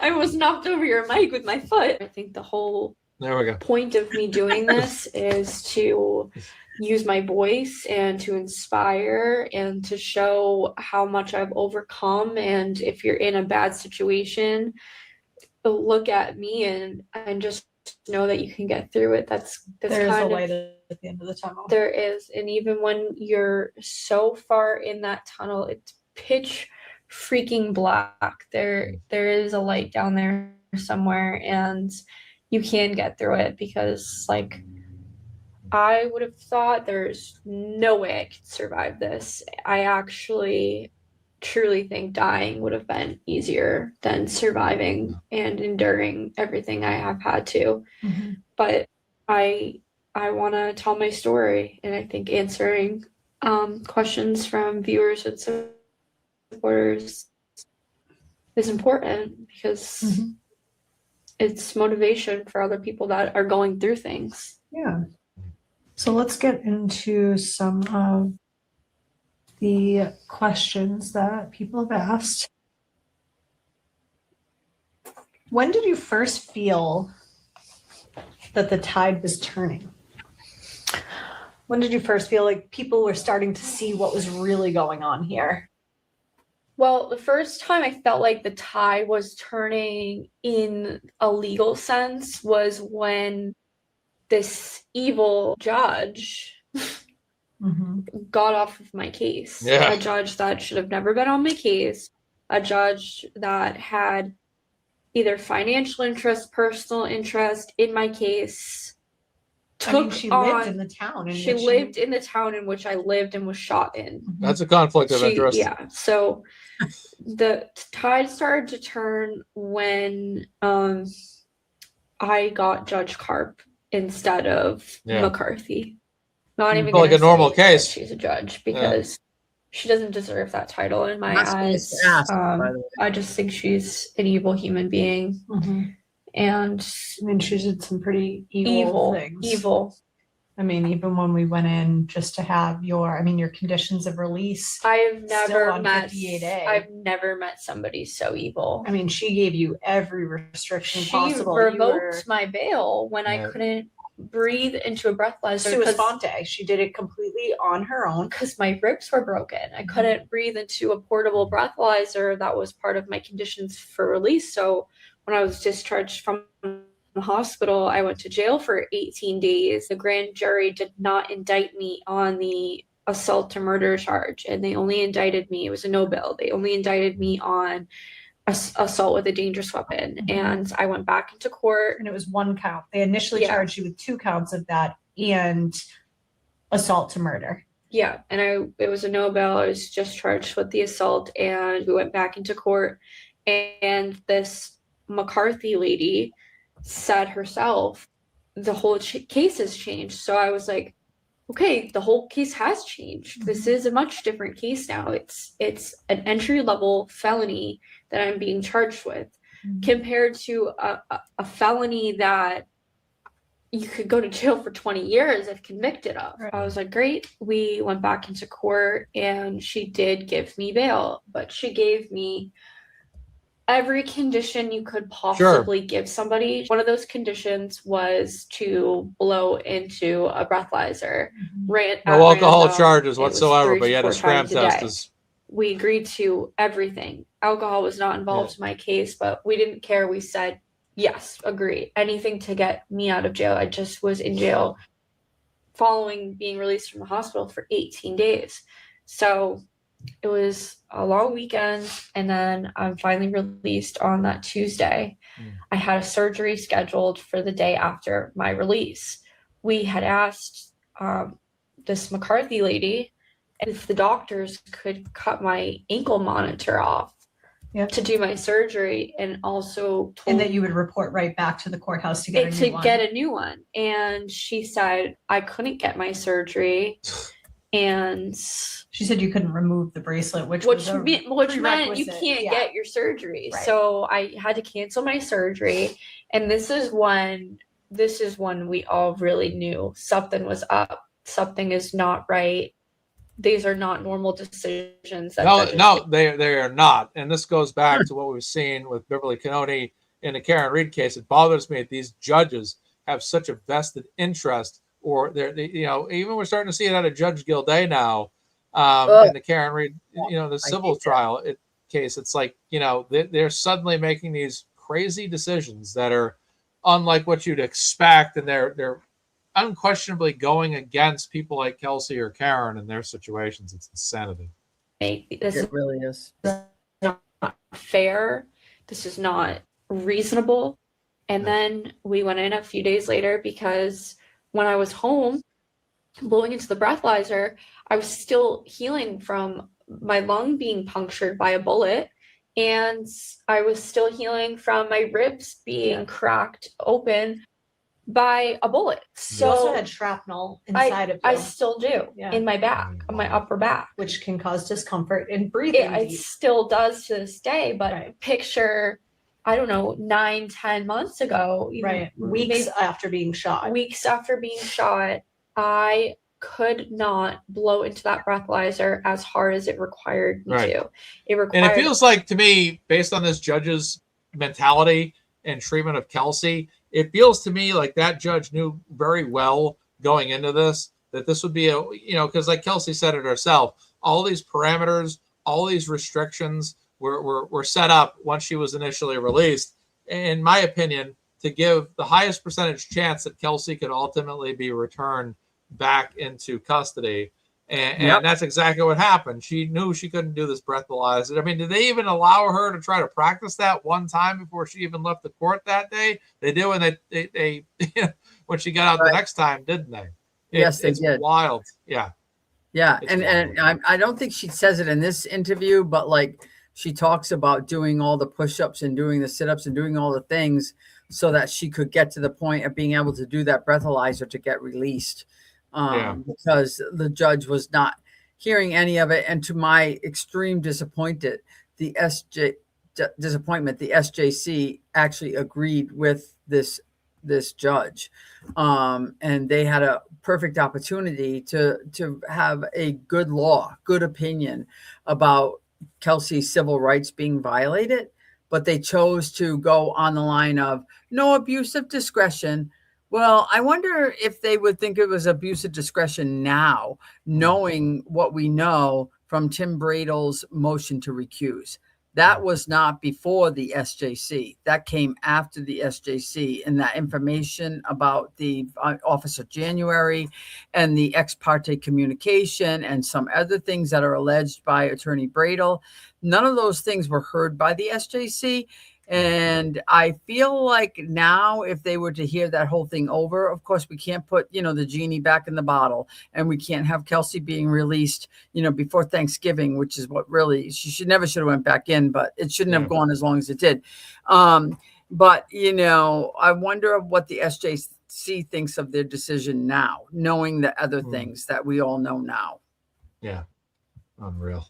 Thank you, Laurie. Deep, long breath. And anybody that knows anything about broken ribs or lung issues knows that is impossible. Mm-hmm. So we went in on our own motion to do an alternative alcohol testing. I mean, those breath tests too are pretty much the equivalent to a roadside portable breath test that police give you. It's the same thing. Yeah. So we went in asking for an alternative blood test, urine test, and this woman, this crazy, literally said, "How do I know that she has broken ribs at this? She still has, at this current time?" And we were like, she was a shot, right?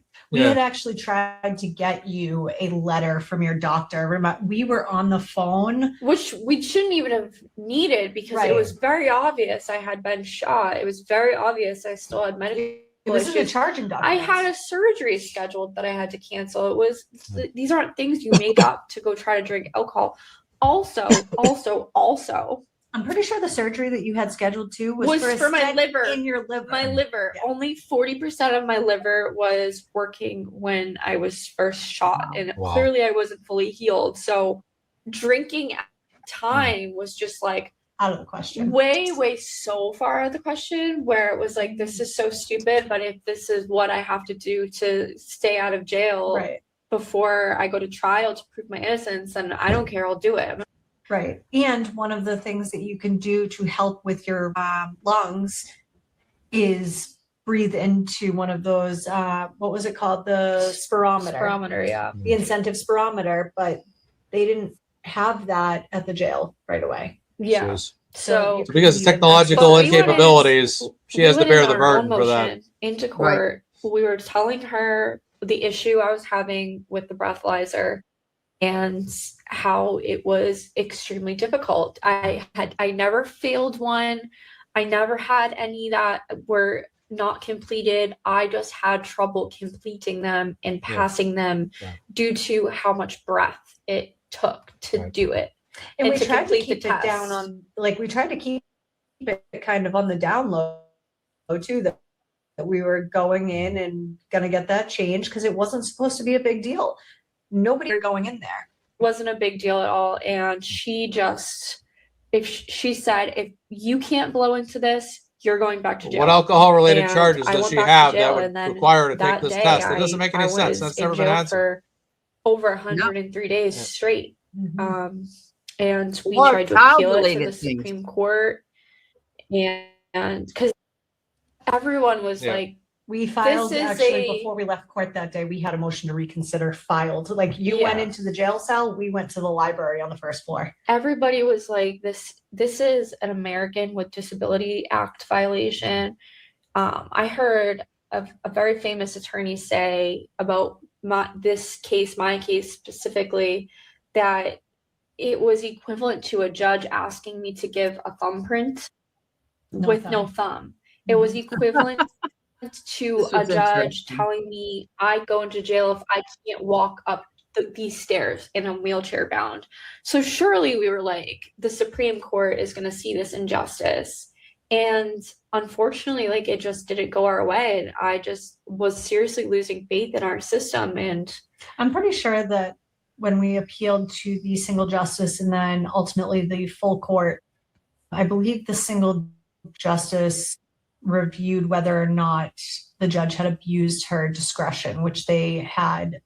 we were like, listen to the Concluded. audio, listen to the And I audio. don't It's think they ever horrible. did. I mean, that audio was went horrible. viral. It went But everywhere. that is when I started feeling so much love and support from strangers all over the world. This is when my case started to get a lot of coverage, and people were sending me letters, and I would get mail every single day.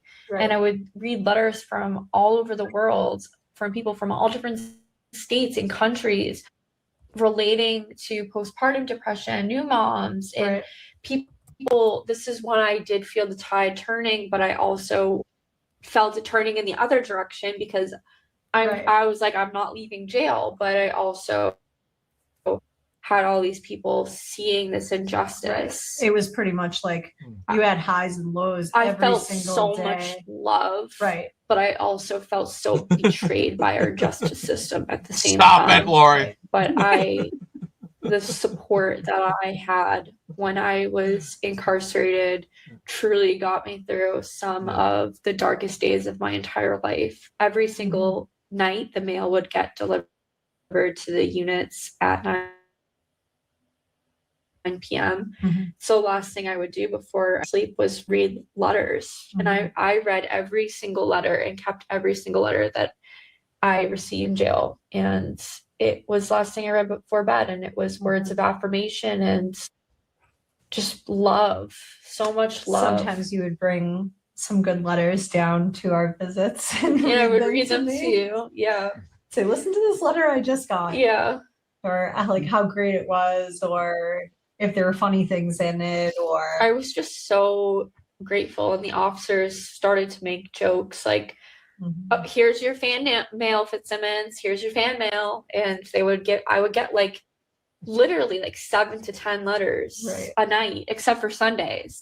And it was consistent and it was amazing. And that was really when I was like, because I couldn't fathom all the support I had while I was in jail. I couldn't really fathom it because I was so disconnected. But seeing these letters come in, I was like, whoa. And then sometimes when we would FaceTime or have our Zoom visits, I would be able to share my screen and show you comments that people were leaving, because we were also scrolling through social media to find information for the case. And we did all of our, because I was 2 hours away.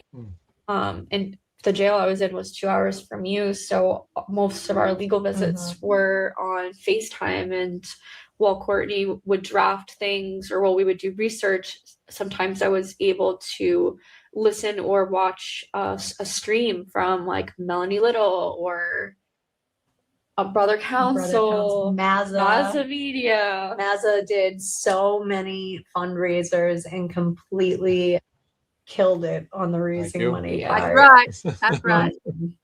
I mean, who else was there? There's too many to even name them all. There was just so many people, and it was so hard for me to have a full understanding of how much support I had, because I was in jail. My days in jail were hard. They were really hard. Yep. I mean, we would, at the end of every night, especially on the hard days, I would tell you, I just need you to stay alive one more day.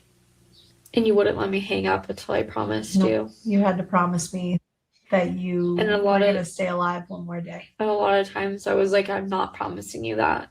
Mhm. I'm not promising you that because And I don't wouldn't want to let be you get here. off the phone until then. Wouldn't let me get off the phone. I mean, there were times that I was worried that getting off the phone with you was the last time that I was going to talk to you, because it was so touch and go sometimes. Like, it was really, really sad, and knowing that I couldn't fix it. And I was the one that you called to fix things. Yeah. I was the one that you could talk to about things, and not worry about somebody listening. Or, I mean, we talked about everything, like your feelings, like what was going on in your case, like things like how you felt about how you were disrupting your family's lives, like having to move back in with your mom and your stepdad and your brother. My little brother had having to to like out. leave the house. Now this part, I didn't know about this. I don't know if this is. I don't think this has ever been talked about that I'm aware of. But this I had not known, that the brother was impacted by his living situation like this and actually had to move out. That was crazy to me, and he had to get out of there for a while. Right. And over something, like I knew that had happened, but I didn't know what the circumstances were of it having to happen. And apparently, just innuendo from what they're saying, it was some like weird, like silly little charge thing he had during high school. Like, he's many years out of high school at this point, and they're worried about that. But no worries about, Justin and his home life and the people living at his household and things like that. But to me, it just seemed like another obstacle the judge was trying to put into place to prevent her from being able to be released. That's what I got out of all of this. Yeah. And so they had to jump through all these hoops and literally force her brother to leave the home for some silly thing. It wasn't like a major, crime or anything like that. It was some kind of high school based silliness that you can, whatever. And she was using that as like a tool to hope that they wouldn't be able to accomplish it, because you're asking two people, her mom and her stepdad, to kick out another member of the family. Yeah. You can come home. That's what you're literally doing. That's what you're literally doing. So now you're already pitting the family against each other. And you have Kelsey, who, like, as she explains here, feels so unbelievably guilty about that happening, but the brother did it without even a question, because he loved Kelsey and wanted Kelsey to be able to come home and whatever. But it was wrong. The whole thing was awful, terrible. Had nothing to do with anything. No reason to believe that her being at that house with her brother was going to cause any issue whatsoever. But right, absolutely. I was just thinking, I never met him. Then I'm like, wait a second. Yes, I did. I did meet him. I met him at the trial. He was there. Yeah. I mean, I call him a kid. I call everybody a kid that's under 40. Sorry. There we go. It's all right. Fair enough, Laurie. Again, because that judge. We'll watch this all the way through. I got time to watch this through. So we're about an hour. We got about 7 plus. We have 34 minutes left here. We're about 2/3 of the way through. Not bad. Yeah, I'll try not to interrupt so much. Found something from when he was in high school years prior. So stupid. That had nothing to do with anything. Nothing to do He's with. a working individual and really good trying to get up on his feet to. I don't think a lot of people know that. When I did get released pre-trial, this woman, this crazy lady, Evil bitch, McCarthy, made my own brother move out of our family's That's wild. house. So much guilt. Yeah. For disrupting his life. She had put your release on hold. And when we found out for the long weekend, what we thought was the reason was we thought it was your brother. So we had come up with an affidavit. And mind you, my brother has a clean criminal history. He's never been arrested. He's never been in trouble. He's a great kid. This was a little hiccup that I think most kids have in high school. So minuscule. Yeah. She used it against me to keep me in jail. That is longer wild. so she could review the situation. So then my brother felt guilty that he had this like hiccup his sophomore year in high school.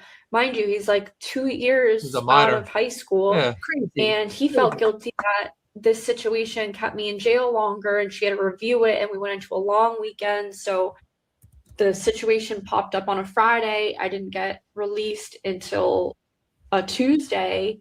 Yeah. And Because we came in with that affidavit saying that he would vacate the home. yeah, and then the that's only ultimate reason she let you out. the ultimate decision was my brother has to move out of our house, Wow. my family's house, so I can move in. That's Mhm. wild. And That's I unheard of. just- You know, that's not I even. mean, sister You know what? moved- That's not even crazy. That is unheard of. It's unheard of. nuts. I've never even heard of something like that before. Right. Well, as of terms of your release, there must be nobody in the house that fits a certain, That rule or did regulation. anything when they were like 15 years old. Yeah. I mean, like, seriously, and like she just says there, he's now, this is something that happened, whatever. Who knows? He was probably out partying with his friends or whatever. And I don't even know what the circumstances are, but like, well, how bad could it have been? He had no real criminal record or whatever. He has some juvenile record from when he was 15 years old.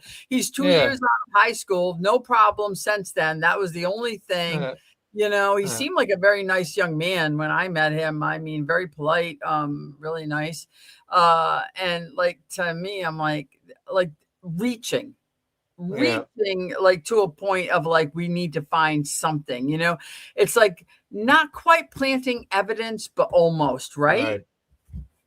That's unbelievable. They're talking about just digging for something. It's like I always say, it's the crazy, whatever you think is crazy, it's all done by design. There's no question about it. If it's too much. This is just, come on. This is just outrageous at this particular point. Yep.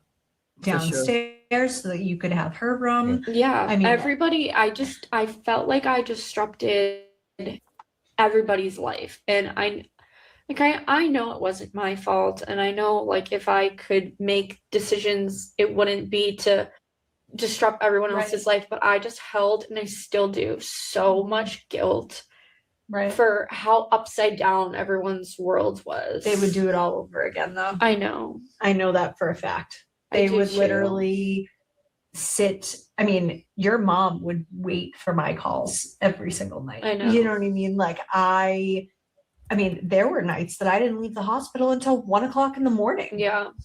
And I would leave and still call her on the way home to let you know how to let her know how your day was, what you ate. Talk to her. Yeah. I mean, I was essentially like, as if I was like babysitting like a baby all day and saying, okay, she ate this and she ate that and she got to sleep for this amount of time and we did this. And I mean, there was a lot that your mom wanted to be there for, to be able to work through with you. And your dad too. Yeah. And your sister and your brother. And your stepdad, like everybody wanted to be there for you and be there with you. And I just feel so bad for what they all went through too. It's like this judge came after my little siblings. Innocent third parties like that have nothing like there to do was with no reason to make my brother move out. Right. If you have any reservations that Judge Kathleen McCarthy-Naiman's an asshole, just play this particular 5-minute segment, and you'll be more than justified that this woman's far even worse. I mean, she's not even worse from a public-facing level. It just goes all the way down. I mean, she is horrible on every single possible level to Kelsey. Where Kelsey is at a point right now where Kelsey's not even upset at this judge for the way she treated her. She's upset about the way her brother was treated and her family was impacted, because that's how deep this judge being sinister bleeds, that Kelsey is mortified by the way her family was affected by this judge, despite how horribly she was treated. Mark, it reminds me of like, because I'm relating to you on because you and I are both huge action movie aficionados. I love action movies. I mean, I love them. I can watch them all day long. You know, when like the bad guy always wants to torment the good guy's family, right? Yeah. Instead of like, because they know that hits them harder than Right. if they try to hit them directly. Doesn't that give this vibe to you where it's like, Yeah. oh, we'll break her this way. We'll do this. Yeah. We'll do it this way. It's like, oh, it's Yeah. sickening. It's sickening. Yeah, it is. It's horrible. And this judge, it's awful that judges like this exist, to say the least. I Have remember. compassion, people. What's that? I said, have compassion. Have compassion. Yeah. A judge should have compassion. You know, I Absolutely. mean, seriously. Yeah. Unreal. Ugh. Right before I was arrested in the hospital, my little sister was going on a cruise, and I hugged her the day before she was going on the cruise. And I was like, use the buddy system, because she was going with her friend and her friend's family. I was like, use the buddy system, be safe, I love you so much. And when she was on the cruise, I had got arrested in the hospital, and she was sending me pictures from the cruise, And you couldn't respond. I couldn't respond. I didn't even see them. And no one wanted to tell my little sister what was happening. And ruin her vacation. Ruin her Yeah. vacation. She thought I was mad at her, like ignoring her. My little sister came back from vacation and found out that I was And arrested. she couldn't come see you. She couldn't come see me anymore. So the last time I saw my sister was right before she went on her cruise. And then I didn't see her until I saw her through a sheet of glass. Like, that was so hard. When she came to visit you at the jail. My mom and my sister and my best friend visited me at the jail. I remember them sitting across from me, and I remember when they had to leave. I just watched them walk away, and like I had to turn around and go back to a jail cell, like just so badly I wanted to leave with them. Right. Like so badly. I mean, even the day you were arrested, I remember I was on the phone with you, I believe, and you had said, but wait, my mom's bringing me dinner tonight. Can she still bring me dinner? And they said no. And they said you couldn't have any. Yeah, it's just there's so many like little things that happened in between the big things that I just haven't really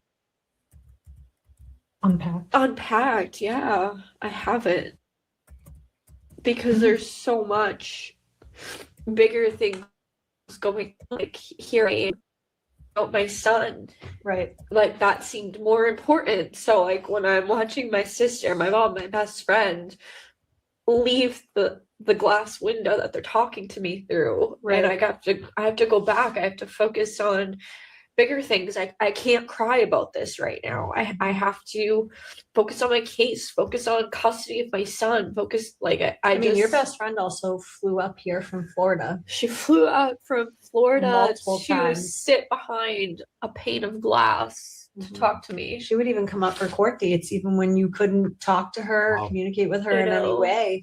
I Crazy. mean, she was great. I mean, shout out Yeah. to her for My best friend. coming up as much as she did and being there. And I mean, we were even nervous when you were out of jail, whether or not she was allowed to come and sleep over Yeah. or anything like that. I mean, we didn't I know, know, we and had we were no too afraid idea. to ask for clarification on And, things. well, I have so many stories about I know, because you know what happens when you ask for Counselor- clarification on things. You might end up getting thrown back in the slammer. Is the way that judge Exactly. was She was- operating. She had Yeah. PTSD from like the hair, like, you know what I mean? Aside from all the other Yeah. PTSD of being shot and everything else, Yeah. having her child taken away, she then had like double, triple, whatever, quadruple PTSD from like just having her lawyer go to court and ask a question. She was I like, know. no, don't ever do that again. Don't do that again. Like, I'm going to like, once she was like, no, I'll just do whatever. I don't care. Like, I'm not going to go back to jail. It was to the point where they were afraid to ask the judge even about trivial things such as, does it matter if we have delivery from Domino's or Papagino's? You You're not- know, it Mark, seriously. do you think it sounds like you're being funny, but it's Yeah. not even being funny. No, it's it's like not. 100% like, Yeah. like when you have someone like the judge seemed like she was literally targeting her. Yeah. Like she was like, I can't go out on my deck. Like Yeah. not only was she was on house arrest, but house arrest was literally like the walls of her house. Like Sure. she felt like nervous going into the basement, like because That's it might crazy. trigger something. And we know that it was almost like they were looking for a reason to put her back in. And after you've spent 130 some odd days in jail, like almost, whatever, more than a third of the year in jail, you're like, I don't, like, I'm not taking any chances. I'm just like, whatever. Can I go in the kitchen? Can I go? Can you imagine the anxiety and just the stress of it all on top of all the other stuff you're going through? Yeah. It was meant to break her. Like, I feel like it was really meant to break her. It's insanity. And all those obstacles through house arrest. But One of the things we actually argued about because you were so stressed about going back to jail was you were like, I just want to work out. And I said, so go into your garage and work out. And you said, I can't, it's not the house. And I said, just go see if it beeps. And a lot of we were people so don't afraid. know the difference between house confinement and house arrest. I was not on house arrest. I was in house confinement where I wasn't even allowed to. If I opened up my back door, it took a step onto the deck. I could go to jail for that. Right. That was technically violating my conditions of release. You weren't allowed to go outside at all. No. That was really, really, really hard. Because my hobbies are all outside. Yeah. So I remember telling you, go sit out on the back deck and sit in the I was sunshine. like, and you were I like, can't. I'm not going back to jail. yeah, it's so crazy to think I was scared to simply sit on a chair full of winter on my back deck Mhm. because I could go to jail for that. And I knew that the judge I had in my case would send me to jail for that. It's the I littlest had of things. already She would have. did. And for something out of your control. Never mind That- something in your control. let's talk about that real quick again. That day that my bail was revoked for not being That's able to crazy. breathe in the breathalyzer That's crazy right there, Laurie. was so shocking. No one was expecting me to go back to jail. That day, my mom actually drove me to court. Mhm. And I just remember having a pit in my stomach. Like you knew something was going to go sideways. I've just felt it. Like, You asked Martha, you said, am I going to jail today? yeah, I just felt like something bad was gonna happen. And Tim and Martha were so reassuring. They were like, Kels, we're going in on our own motion. You're not going back to jail, I promise. Right, nobody's asking for you to be revoked. And I was like actually sick to my stomach. And I remember my mom was trying to talk to me on the way to court. And she was like, do you want to have a girls' night and make nachos and watch a movie? And I just was so short with her because I was so nervous. And I was like, yeah, we could do that. Yeah. And those were our plans for that night. And then the judge revoked my bail for something I couldn't control. Unbelievable. And on her own, I mean, the So Commonwealth sad. didn't on her ask for own that. accord. Just so evil. And when she ordered me to go back into custody, I just heard my mom crying. I was Maza, living I have in to the stop. I courtroom. have to stop it here. And then when Sure, go ahead. I'm just saying, this is the kind of stuff that like really got me involved in the case because Yeah. Kelsey, like I said, is like very close to my daughter's age. And when you're a mom, all you want to do is make your kids feel okay. Like you want them to feel okay. And they can come to you and they can feel depressed and they can feel sad. And these kind of things is why I'm so connected with Lauren now, because like I've become so close with her. Like we call each other sister from another mister, you know, because like her mom wanted to fix it. Her mom wanted to, like, we're going to do this movie night. We're going to, like, and I do that. I'm like, okay, my kids are sad no matter what they're sad about. Like, I'm doing cartwheels around the room to, like, how can I make you unsad? We're going to do this movie night. Like, this is like times 5,000. Like, can you imagine? Like, and Kelsey's like sad and whatever because she can't see her son and all this stuff. And like Lauren is like, let's do a movie night. Let's do a girls' night. Let's try to, like, trying to do anything to distract poor Kelsey from all of this. And then she gets locked up. Locked up. Like, that's what, like, so this part of this interview, people should really listen to, because what she's going, the story she's going to tell next, in terms of, like, Lauren's driving her to court and being like, try not to be so sad, my lovely daughter. I love you so much. And tonight, we're going to do a movie night tonight and whatever. This is the hearing where, like, she ends up getting locked up, but then in a million years, they never thought that was going to happen. And as a lawyer, I can tell you, in a million years, I never thought this was going to happen either to her, because her attorney was just asking for a change of something. And all the judge had to do was say, no, I'm not going to change anything. Instead, she locked her up. In a million years, this never should have happened. So Lauren's trying to be like, I know you're sad. I know you're going through all these things. And then it ends with, you can continue. It ends with her end up going to jail. And as a mom, and anybody out here who's listening or who watches it on replay as a mom will know exactly what I mean. Like, you're just trying to make your kid feel happy. Yeah. And then at the end of the hearing, your kid is going in a van to jail. And you're like, WTF.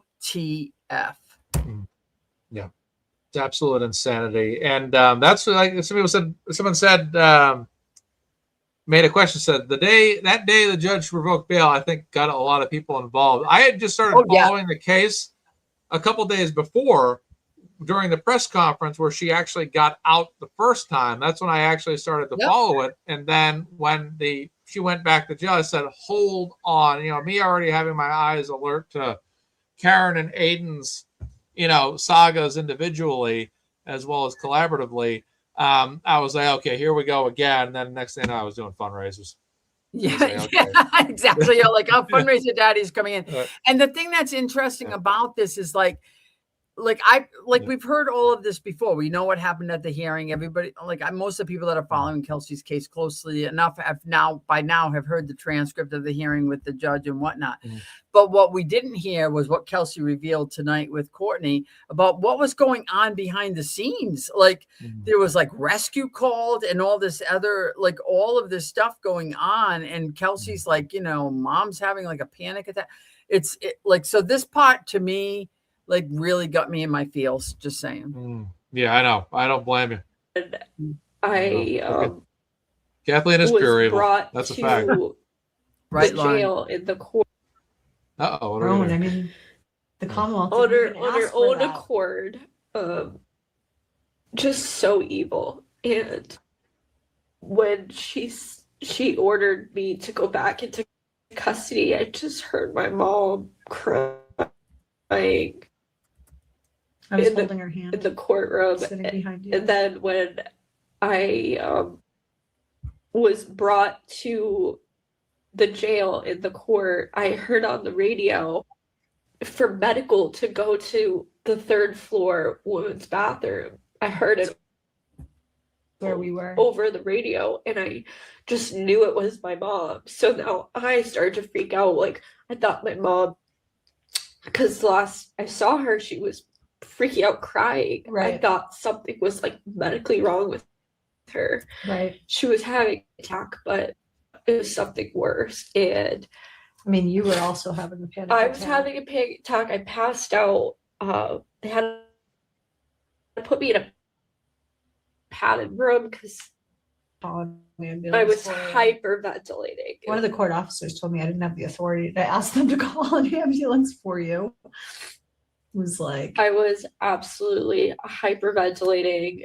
I was I can't go back to that place. I just can't. I can't. And I had no choice. Your stepdad didn't even come to court that day. And because it wasn't a big deal. It wasn't. We didn't tell anybody we were going. No, it wasn't a big deal. And I remember calling your stepdad from the bathroom saying, where are you? He said, I'm at work. I said, they put Kelsey back in jail. I need you here now because your mom was inconsolable. I couldn't do anything.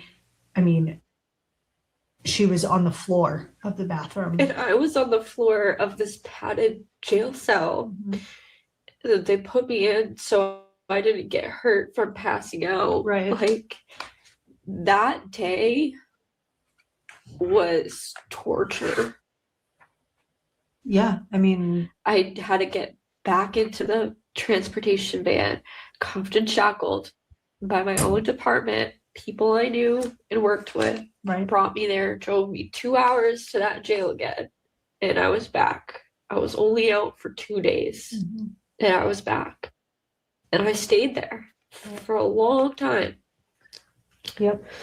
And I don't think I got to talk to you that day either. I think we had to wait until the next day. Yeah. By the time they got you processed and got you in and everything like that, and then you had to set everything up again. And It was horrible. It was horrible. Days Did they later, put too, I you mean, back in the same cell that you were she in. wasn't even out of the jail for a cup of coffee, basically. A couple breakfasts at home, and the next thing you know, she's right back in there again. It was outrageous. That's Judge. All over a scram test when she doesn't even have any alcohol-related charges. She doesn't even have alcohol related charges. I mean, it's just insane.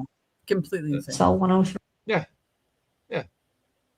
You know what I was just thinking of that makes it even more sad that my bail got revoked only 2 days after my release is all the scrambling my family had to do to make sure I had a place to go home to, because my conditions were that I go to a family's home. Mind you, I hadn't lived at home since I was about 19 years old. You needed to inspect where you were. They needed to inspect where I lived. My sister they moved kicked into your the brother out, basement. like, I a got few her days bedroom. My brother before. moved out. My mom got me in bed. Like, they went Right.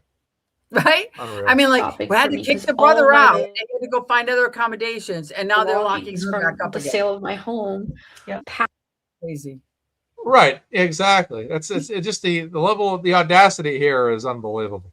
Well, they didn't, like, she didn't. This judge is an asshole on every level. She didn't want to have to release her to begin with, was the problem. And then, like, she was like faced with no other choice but to have to release her, and she was just looking for a reason to put her back in. Why would that be? Like, that's the big question, right? Why was this judge so intent on making sure that Kelsey, scary Kelsey, was put back in jail? And we never got the answer to those questions. Anyway, there's that. Never. Yeah.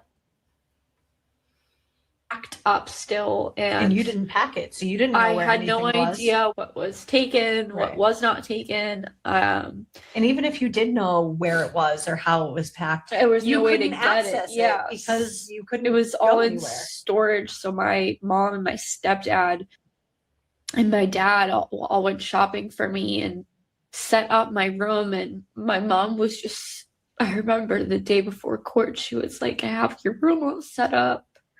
I have a nice comfy bed for you to come home to, a nice safe warm house, and you'll never have to go back to that place again. She was like, my baby's coming home. And it was She just actually blamed herself for driving you as if she had a choice. I know. She had no choice. She had to drive you to court. You had court. You refiled a motion. She said, like, she just felt like she drove me to jail basically that day. And I'm like, you can't hold any guilt for what this evil judge did to our family. Right. She can't hold any guilt for that. Right. It's just, it was hard.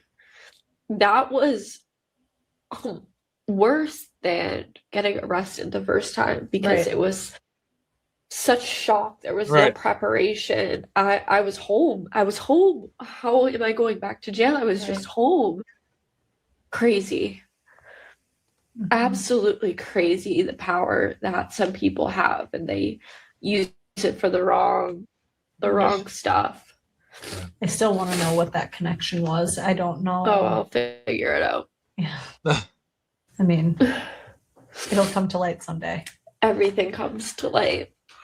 That's right. Everything. That's right, girl. Somebody said, "Hi, Kelsey, super excited for your podcast, and I'd love to hear what your future looks like to you. I'd also like to hear about your hobbies and things you like to do for fun, likes and dislikes." Let's try to.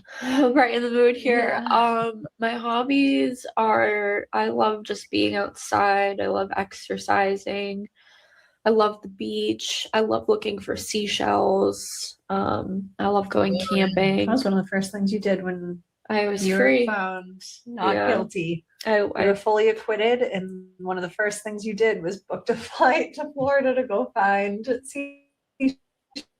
seashells. it was specifically just Don't worry, Judge Kathleen McCarthy. She actually could do that because she was acquitted to this point. So yeah, she Right. actually has the right to live her life after you're. She was Yeah, after innocent. you're- Like, yeah, she could do whatever she wanted to do. And it's just- any haters out there that are Yeah. like, oh, that's nice. She went to Mm. the woman had literally lived about Yeah. the last whatever many months, almost Yeah. whatever year in hell, in literal hell. Yeah. So I do not begrudge Kelsey going to Florida to dig in the sand for seashells, because you know what? Yeah. Like sometimes that's what your mind needs to do.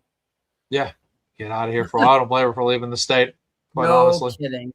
Yeah, Full they of were, and like they're seashells, still, and you're I remember scarred. telling They're still looking for things, right? I mean, like that's the thing. Yeah. You're scarred. Like it's not like she felt comfortable like doing anything in this state because, like, you feel like you're being watched, you know, and not in a good way, right? So, I don't blame her at all, and that that happens even with Karen. You know, like you have to get out of the state. You have to. Yeah. The state's Yep. crazy. Oh, it is. It is. Come to the South Shore. I'll take you to the beach down here. And you said, no, I No. need to go to Florida. I need seashells from Florida. Did you ever think that you were not going to be acquitted? No, Why? because I knew I didn't do anything wrong. I knew that And this the was testimony would show that. yeah. Nobody had heard from you yet. I was so excited to testify. Like, I just knew the second I tell my story, all these like crazy stories that have been told about me would not be believable because they're not true. And when I testified, that was my first time. And the craziest part is you weren't even somebody that could really be prepped because it needed to just be natural. Yeah, and we it didn't need was. to prep you because we knew. Telling the truth is really easy, and you can see it in the different testimonies during my trial. My testimony was just, this is what happened. It was with ease. It seemed rehearsed, story concocted after the fact. Right. So no, I always knew I was going to be found not guilty. Feel when you were in the courtroom, even for the bail motions, did you feel like anyone in that courtroom actually understood your situation? Yes. I know you understood. I mean, I was living it with you pretty much on the outside, but Yeah, I knew my family understood and supported me, but like, if we're talking about anyone with power, no, not till the judge was changed to Judge Carp. And Right. I felt like I was finally being treated fair. And even if he didn't understood that, that's what mattered, because Right. I didn't have that and until him. the day that he gave you permission to move out of your mom's house, To where we are now. yeah, was a day that you said, he looks at me like a human. And Yeah. actually, he said, because the ADA had said it's not important for her to move or something like that along those lines. And I remember the judge saying, It's it's not important to her. to her. And that was the moment I was like, He sees you. He views me as a human going through a very difficult time and not a defendant, because that's all that crazy McCarthy would call me. Right. Miss Fitzsimmons is a defendant, like as if that meant I'm not a human being, as if that meant I'm not having struggles and going through hard times as if I'm not going through the hardest time of my entire life right now. And Right. I'm not in the darkest place. He knew that, and Right. he treated it gentle.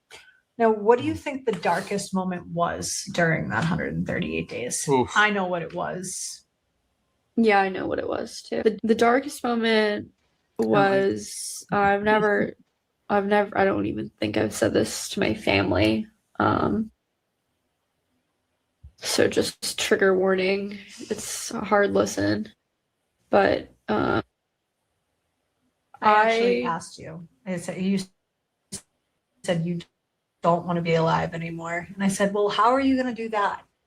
Wondering yeah. if you had thought about it at all and asking certain questions. Yeah, I didn't just think about how much I didn't want to live when I was in jail.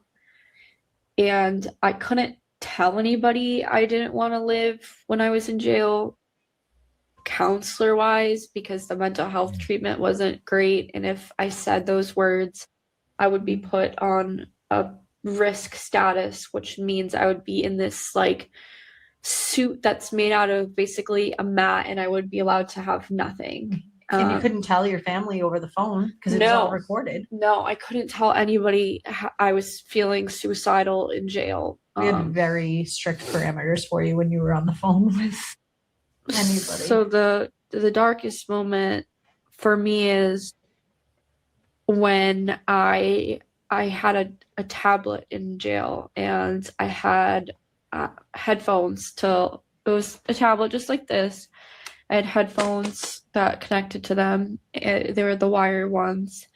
And I remember one day I was just so desperate, and I just felt like such a loser. I'm like, I'm a mom. I'm in jail. I'm without my baby. My life is ruined.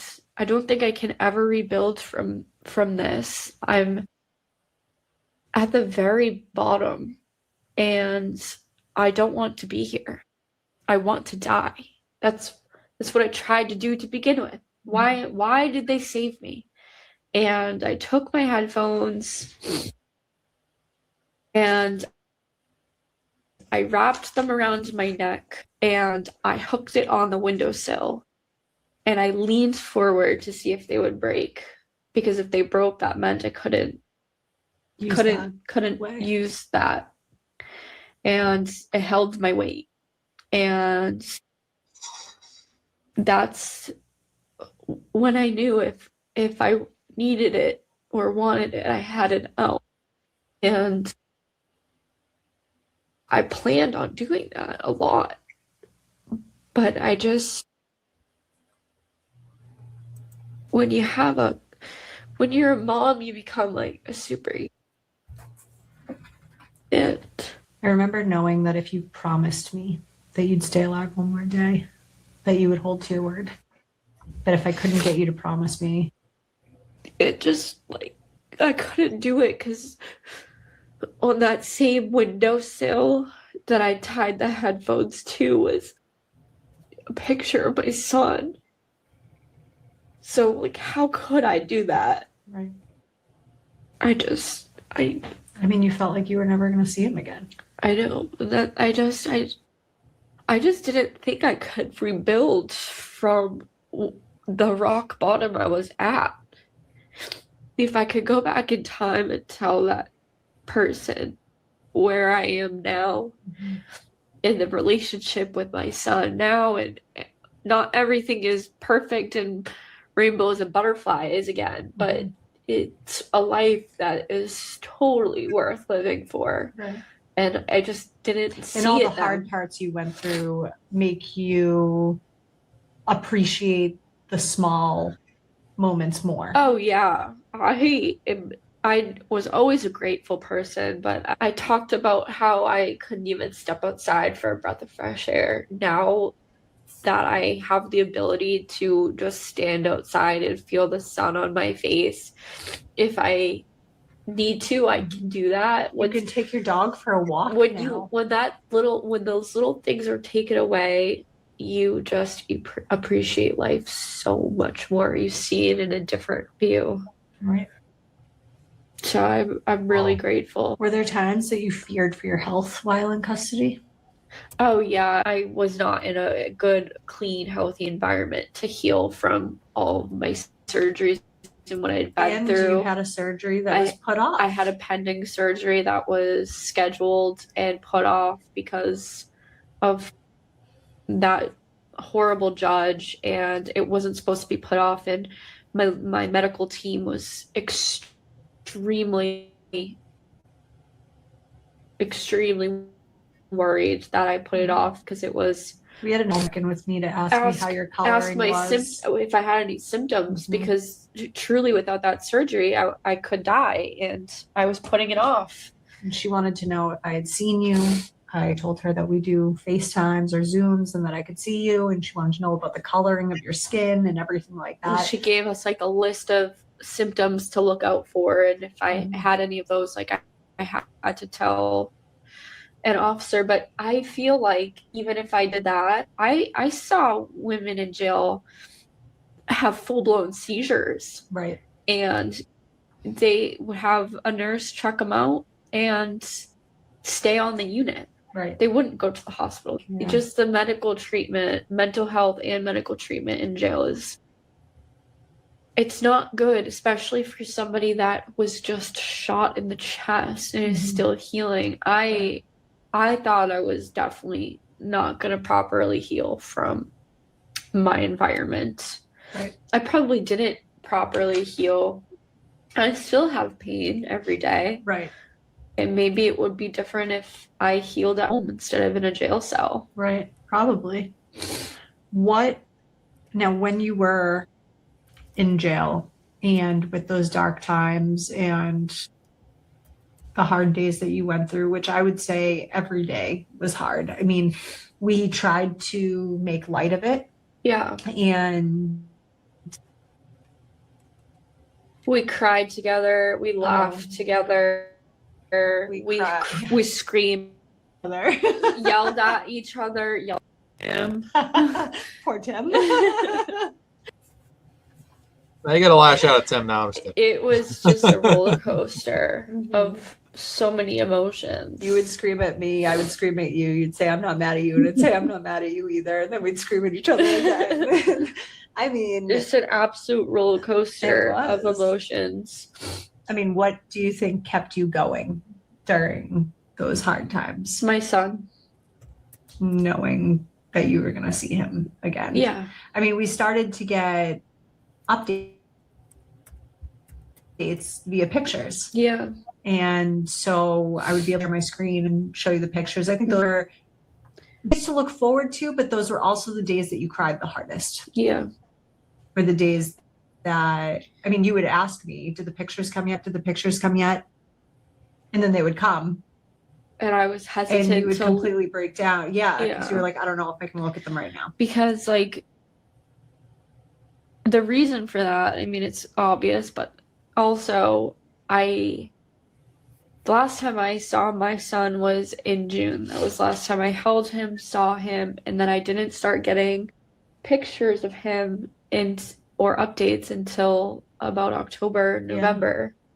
So he looked like a completely different baby, and I didn't get to see any of that. It was a jump from a newborn to I don't know, a different looking baby, and it was really hard to see the growth. He just looked so much bigger and he looked so different, and it was hard to see all the changes and milestones that I missed. Yeah. But I needed to see him. It was just Right. it was like a double-edged sword. Right. No. What would people be surprised to learn about being held pre-trial?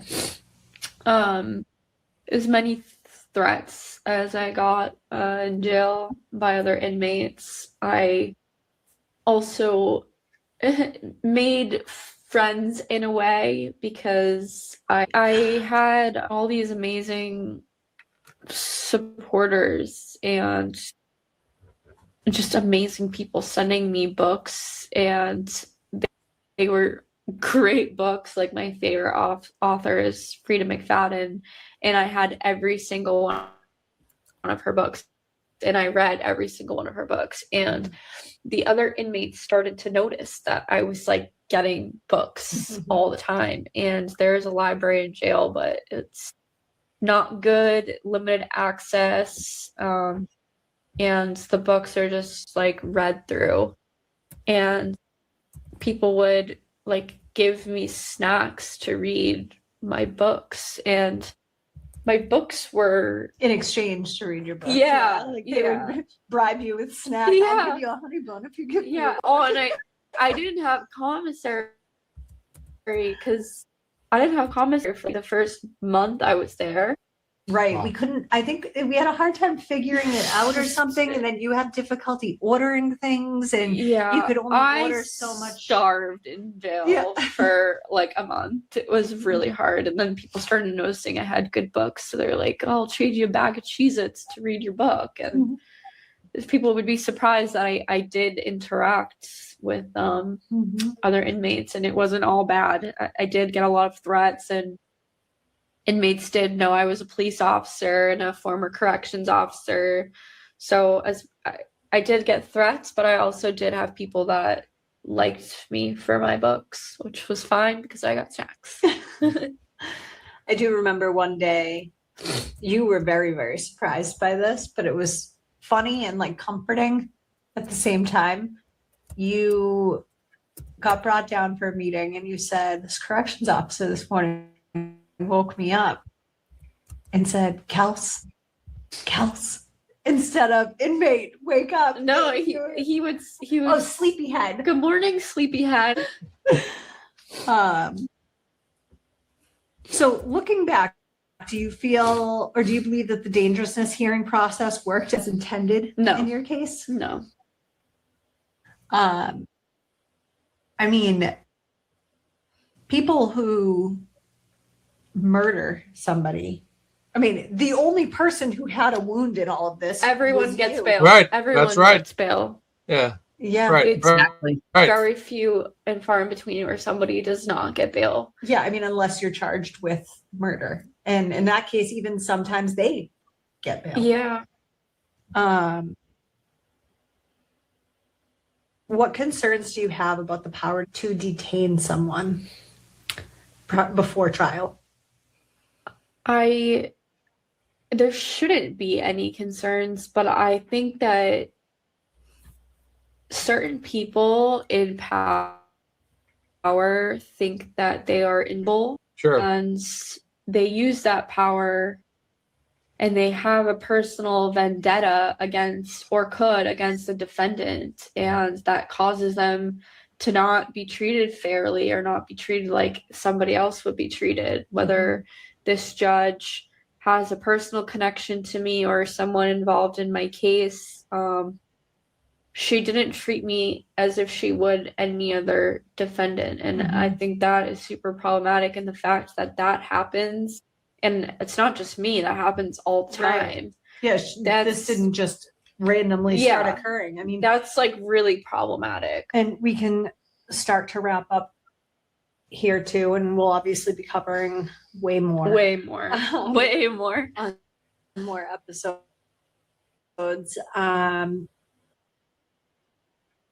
But what's your last question? Last question: do you forget anybody involved in all of this? So there we I go. will never. Kelsey will This is not pretty- forgive anybody involved in this ever. Now, for me, I'm someone that deeply believes in forgiveness. That is, something I'm big on is forgiving people. But I also believe in the fact that people do things so evil to certain people that how in the world can you even dare even venture to want to ever forgive those people? And the fact is, these people have offset her life off its natural course from so many people that have had a negative say in her life, from her fiance, following a restraining order to the North Andover Police Department, to Judge Kathleen McCarthy, Naaman, the people that gave testimony that maybe weren't directly involved in all of this, that did testify essentially against her. Kelsey's life has been, nearly ended because of all of this, has been drastically altered, physically, permanently altered after being shot. And quite honestly, I think of the worst things I've ever been through. And quite honestly, the worst things in my life don't scratch the surface of probably the top 5 worst things that have happened to her throughout all of this, to be honest. There's nothing in my life that even as bad as something, we have bad things that happen in our lives, but this is all far worse. And for Kelsey, I think that her personal decisions, to me, I know it always says, in the Bible to forgive and all that, but, I also think that, it's very tough to do that, given the set of matters that have occurred here. I know if I was in that situation, I'd probably just give it to God and say, look, Lord, I'm not forgiving. I know you say to forgive, but I'm not forgiving. But this is just, after what I've been through, this is just so hard. But, it's just, how do you, her answer was very sharp, but again, it's just. I think it was honest, right? Yeah. I mean, I think at this moment in time, I think what we've always gotten from Kelsey from the very beginning is honesty. Yeah. And like everybody wants to hear the answer of, oh, I forgive everybody and I'm like this, whatever. But like, that's not Kelsey, because she's going to tell you the truth, and Kelsey's truth is no. But it doesn't mean that she won't eventually. She's just not there now. Because, right. Yeah. Until she has like a full relationship with her son, where she's back together with him as his mom and has full shared custody of him and is spending time with him and her life becomes whole again. No, she ain't effing forgiving anybody at this point. Like, seriously. And I mean, like, I can't blame her. Like, I mean, she's just, it doesn't mean she won't ever get there, because she'll move beyond it, because she's a very bright young woman and she has a huge future ahead of her. I think all the doors are open to her, but she's just not there yet. And you know what? Kudos to her for answering it honestly, rather than with just some kind of affirmation answer that you find in some silly, affirmation book. Like, oh, I forgive it. And whatever. Like, Kelsey's a real human being. She tells the truth. Whether you like it or you don't like it, that's what it is. Oh, well, too bad. It's being honest. And that's what she has always been since the beginning. She's been honest about everything. And I think we always can at least expect that from her. That's my takeaway from that comment. Because I know there was a lot of negativity about that online. And it's like, okay, you know what? I'm not Jesus. I don't know. Like, I'm not all forgiving. Like, I've been pissed at people for years and then come around and eventually forgiven them. It takes a while. When you're Irish, you forget everything but the grudge mark. Like, that's right. That's right. That's right. It's like, and like, I have there were times where I'd be like, no way, I'd never, ever, ever, ever, ever. But it takes time and it's a process. And kudos to her for being honest about it. Like, F that. She doesn't forgive anybody right now. Has anybody asked for forgiveness? Has anybody said, like, I'm sorry? Like, has anybody said, shit, we did you wrong, girl? Have we heard any of that? Yeah. I haven't. 100%. I don't know. 100%. Like, in my own life, like, I'm all about, as I battled this my whole life as well, because the people I've been up against or whatever I've been through, wherever, I've sometimes I've just said, it takes time, like you said, but I think the issue with this is that this is so, I can't even begin to compare my life to her life, or any of us to compare our life to her life. What she's been. I mean, it's like so huge, right? I mean, like, how can, like, you can say, oh, this happened to me and that happened to me. Okay, can we say like what happened to us is like even close to like that? I mean, she was shot. Okay, number one, getting shot for I won't say no reason. I'll say this: an officer panicked, misgauged the situation, shot her, nearly killed her. Then they didn't, and here's the big thing. even if all that had happened, the officer panicked, they shot her. That's horrible. That's irredeemable. Totally get it. But there's another level of consciousness here, which is, do they tell the truth or not? Okay. And that's the next level where it's okay. He shot her.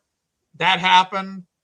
He screwed up big time. Now there's a conscious decision being made, which is going to determine if this thing's going to be, this guy's an idiot who shot her, or this guy's a fucking asshole who turned around and lied about her trying to shoot him first. Or he told the truth where, okay, he shot her, he messed up, but at least there's some redemption here for him, because at least he turned around and said, I messed up, I made a mistake, I panicked, I shot her, that's on me. There's no redemption. No. This guy turned around and with his department, double down, turned it on double her. Down. Right. And that had an effect that then affected her being in jail, her being in and out of jail, her being having a brother having to move, and then her being back in jail days later. So this whole forgiveness and her being aspect. able to, most importantly, Mark, I'm sorry to interrupt you, but most importantly, her not being able to have a relationship with her little infant baby child. Correct. That was like ripped from her arms, and like now she's having to rebuild that at 1 year plus, and is doing a great job with it. But you are never going to get those moments back. As a mom, I can tell you, and I don't mean to insult you as a man, Mark, but like as a mom, you just can't understand. You can't. I'm not insulted, Lauren. That's okay. I understand where you're coming from. You know, it's like as a mom, like if like my child, if I missed a whole month of my child's life, 2 months of my child's life, like I can't even imagine what my mental state would have been. I swear to God, like I can't even imagine it. So like forgive. I like that's a little ways off at this point. And I'm glad that they asked the raw, they must have had an idea where they were going, but I'm glad they asked the raw question, right? Because it's like they could have had this discussion before this, and you and I know how these things go. They could have had a discussion before, and they could have just been like, don't ask that because I can't answer it. I'm going to say like, no, I don't forgive, and people are going to be mad. But they asked it, and it's a raw answer and a raw question, and I love it. Like, because that's Kelsey. She's been truthful the whole way through. So that's I have no problem with it. Like that for me, this was a moment that stopped me because I put a lot on myself to be forgiving of people, but I also am a very realistic person. And there's been people in my life I've had to forgive over time. But you know what? It's also taken 15, 25 years. In some cases. Now, for Kelsey, I don't know if 15, 25 years is going to do it. This might be, if ever, and I'm not going to speak for her, but this Think is about what this she's is, lost. I mean, that's what I'm saying. It's like, it Oh, takes you like something, somebody might have slighted you or said something to you or hurt you in some way. And, it like for normal circumstances, it doesn't just happen overnight where you feel like you can forgive somebody. Right. Think about like what she went through, and like I think ultimately the biggest thing for her is the loss of her child. That's right. And like I don't know, like if I lost my child for any amount of like even days, I would be able to even ever come to the point of forgiveness. I know, It's just so like any mom knows that. Any mom knows that. And that's what I think resonated with the Kelsey case. And I think that's why she ended up with so much support, because I think people like moms, a lot of the moms, and kudos to you, Mark, you're a great guy, like whatever, because there's a lot of men that don't really see this. And like you see them online and they're calling her this whack job, blah, blah, blah, whatever. It's like, she's a mom. And let me tell you, you don't want to mess with effing moms. Like seriously, like moms will like go to war over their children. And so, and Kelsey's a mom, and that's what ended up happening here. And she lost her son. And like, if she feels like she can't forgive the people that took her son away, I'm not going to be judging her for that. Not going to be judging her for that. I'm not saying, but I also feel like she's also a very kind and giving and loving person. And she may come to that point, but she ain't there now. And I don't blame her. Yeah, this is just too. Her life was attacked at every single level. Shit. There was no. I mean, you look at everybody's lives, right? You say, I'm a mom. I have a job. I have a home, wherever. Her whole entire life converged. Every aspect of it, from her relationship life, like when you think about it, there was nothing not affected. Her life as a cop, her life as a homeowner. Okay, this all happened in her home, and there was nothing in her life that was sacred. That all the things that were sacred to her, there was nothing that was off limits on this single afternoon, this single evening, and absolutely changed the outcome of her entire life. Whether it does have again, it's getting positive as each month goes by, but it was an absolute dogfight to get through this whole particular thing. But for her, like I said, I respect her answer to that question. At this point, I don't see how anybody can really forgive anybody. And whatever she does feel, it's between her, and God or whomever. But I just think that the answer was very well answered. It's sharp, and it's a striking answer. But again, it's, as much as I believe in forgiveness, I also ask the same question: how can I forgive this kind of stuff that's happened to her life? Speaking from her perspective, right? If this was my life, how can I forgive all the people that have intruded upon my life from her perspective? Right. To alter it in such a way. Yeah. Don't you feel like, don't you appreciate her answer though? Yes. Like in a lot of ways, like, because she could have easily taken the, like, I forgive everybody and I love everybody, flowery answer, but she was like, no, I don't forgive anybody that did this to me. Right. I like when I heard that, because I was like, I thought it was almost a setup, because obviously, they probably talked a little bit about what was going to happen before this podcast. I would hope anyway. Of course, you and I don't ever talk about any of the things that we're going to talk about, but whatever. But like in terms of like this, I thought that maybe they talked about it, and I was kind of waiting for like the, the big answer that would have been like the big sell and be like, oh, I forgive everyone. But I appreciated this one so much more, quite frankly. Honestly, I was kind of like, that's a truthful answer right there. And isn't that so on brand? Isn't that so on brand for like how Kelsey has been? It's like, that's my brand. I'm in touch with no, I don't forgive anybody. I don't, like, whatever. And girl, I don't effing blame you one bit. Like, I'll let Mazza do the swears because he's got the swear jar going tonight. Like, whatever. But like, 100%. I know. I've sworn a lot on tonight's show. This episode fires me up because kids' college funds are all set with their swear jar tonight. Well, this is also, this interview is so raw because we're so good. We've heard from her in testimony, but testimony is never really her. Like it says, it's unfiltered, it's uncut, because in testimony, you're answering the questions that you're asked. And if it's in an interview elsewhere, those interviews are choppy. This is like they've edited a few things out, which is fine, understandable. But this is pretty much, like it says, unfiltered, and really is telling her story.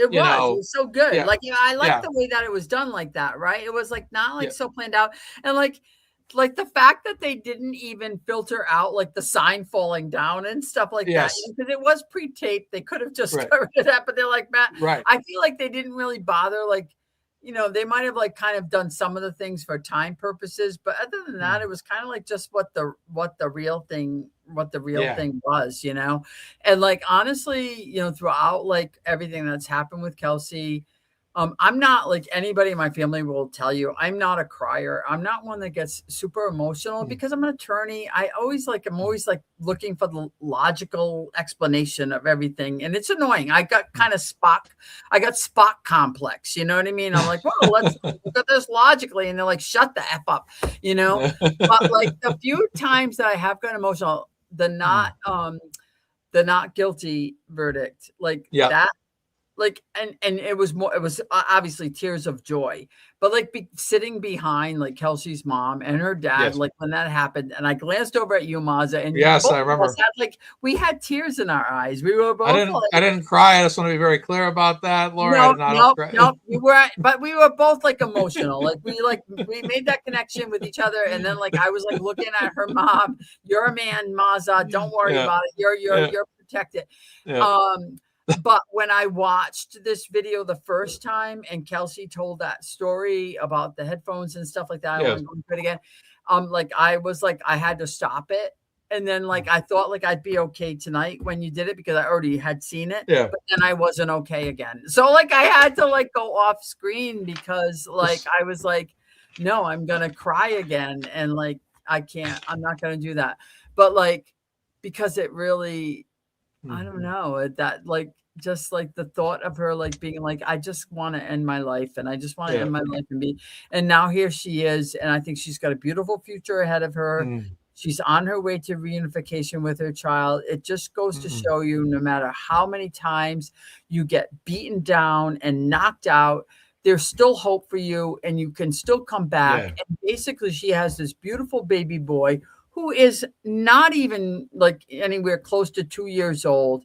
Like that baby needs his mama. He's got a whole lifetime ahead of him with that. He's going to need his mama. And thank God she's here. She survived all of that and she's stronger and better and, you know, able to like help this child become a man. Because that's what we need. You know, we need her to be in his life. And I'm so grateful for that. But I still get very emotional. Like whenever I hear anything about, you know, someone unaliving themselves, it makes, especially because I care about her and I care about her mom. And when I heard that, like I also did break down. Actually, I should correct that. I did break down also when Kelsey was saying like they called medical to the courthouse because of her mom. And like her mom was having a panic attack after seeing her mom have to be at the house and run out the door when her daughter got shot. If you remember that video, Mark. Yes, I do. Yes, I do. Yep. Like you have a mom, you know, like, can you imagine? Oh yeah.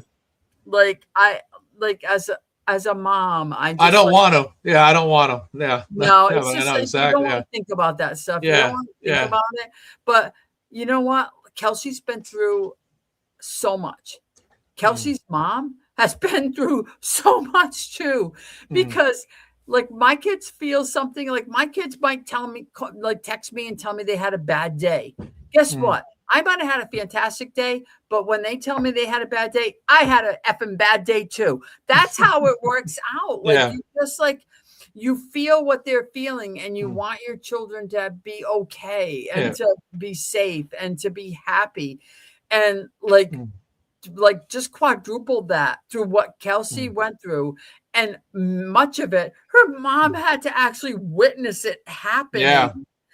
I like, that's how I got so connected with this case. And like, and I still am, because I'm just like, I can't even imagine it. Like, honestly. So God bless you, Maza. God bless you, Jack. God bless everybody. God bless Lauren. And Kelsey and Courtney. I hope you continue on this. I thought this was fantastic, Mark. I don't know how you felt overall about it. I enjoyed it. I thought it was great. The case notes unfiltered. But I'm looking forward to the next episode. It's a lot of insight, and I enjoyed watching it. And there was a lot of things as a person, and I'm sure you, Mark, too, because you've followed this case very, very closely. There's not a lot you missed in terms of the case. But I'm sure there were things that you saw that were like, I didn't know that. I didn't know that. That was definitely the case for me. So for anybody that out there watching this now or on replay that thinks they know everything about the Kelsey Fitzsimmons case, go back and rewatch Case Notes Unfiltered, rewatch our this presentation of it, our YouTube presentation, as Cosgrove would say. And you know, I think you'll be surprised that there's a lot of things in here that you didn't know, and because I didn't know them, and I feel like I'm intimately familiar with a lot of the things in this case, but there was a lot of shocking stuff in here for me. Absolutely. No question at all. It was interesting to see that extra information come out from Kelsey. The brother was one of the stories that stood out to me. Hearing a little bit more about her time in the corrections facility was very intriguing to me as well. That was usually the more mysterious part of the whole story, because she was usually, you know, that's where she was away, obviously, you know, but it was good to see that there was some kind of, I hate to use the word positive moments, but like the Cheez-It exchange, there was some kind of like decent pleasantries with people that were fellow inmates. Yeah. You it wasn't totally I mean, even like from like what got me was like, I didn't realize that like when she was hospitalized, this part I didn't understand. I didn't know this, and I'm surprised I didn't know this because I probably should have known this, but I'm not a criminal attorney. I never pretend I am. But like from the time she was charged, and that happened while she was hospitalized, not while she was in jail. So from the time she was charged, everything changed for her in the hospital. So she went from like, and it happened instantaneously, right? Like, I mean, like, they don't know the grand jury is going on or whatever. The charges come down. All of a sudden she's charged with these crimes. And actually it was before the grand jury, because it was like, while she was still being charged with, attempted murder and things like that. They shut her down like right then. Like, so up until then, you have a woman who was shot in the chest, and her parents were able to come and like comfort her and be there and bring her food and be like, we're here, we're monitoring medical staff, which as a person who's going through that with their parents, it's very important for you to be able to say, hey, have you checked on my mom lately? Or my mom is complaining of this, or my dad's complaining of this. Can you come on in and like take care of that? So she went from that, where like her parents and her loved ones were able to go in, to be like, nope, and I don't know who this person is that she mentioned, that was someone that worked at the department or whatever, that she thought was her friend. Okay. Again, another revelation. I did not know that. And I'm like, these are things that her family, as close as her mom and I are, like, they haven't told me these things. So I'm learning this like now for the first time from Kelsey talking to Courtney here. And I'm like, okay. So what happened was somebody came in, and now they were like literally chaining her to the bed, her to the freaking bed. Can you imagine that? Like, you're like, I mean, what is going on?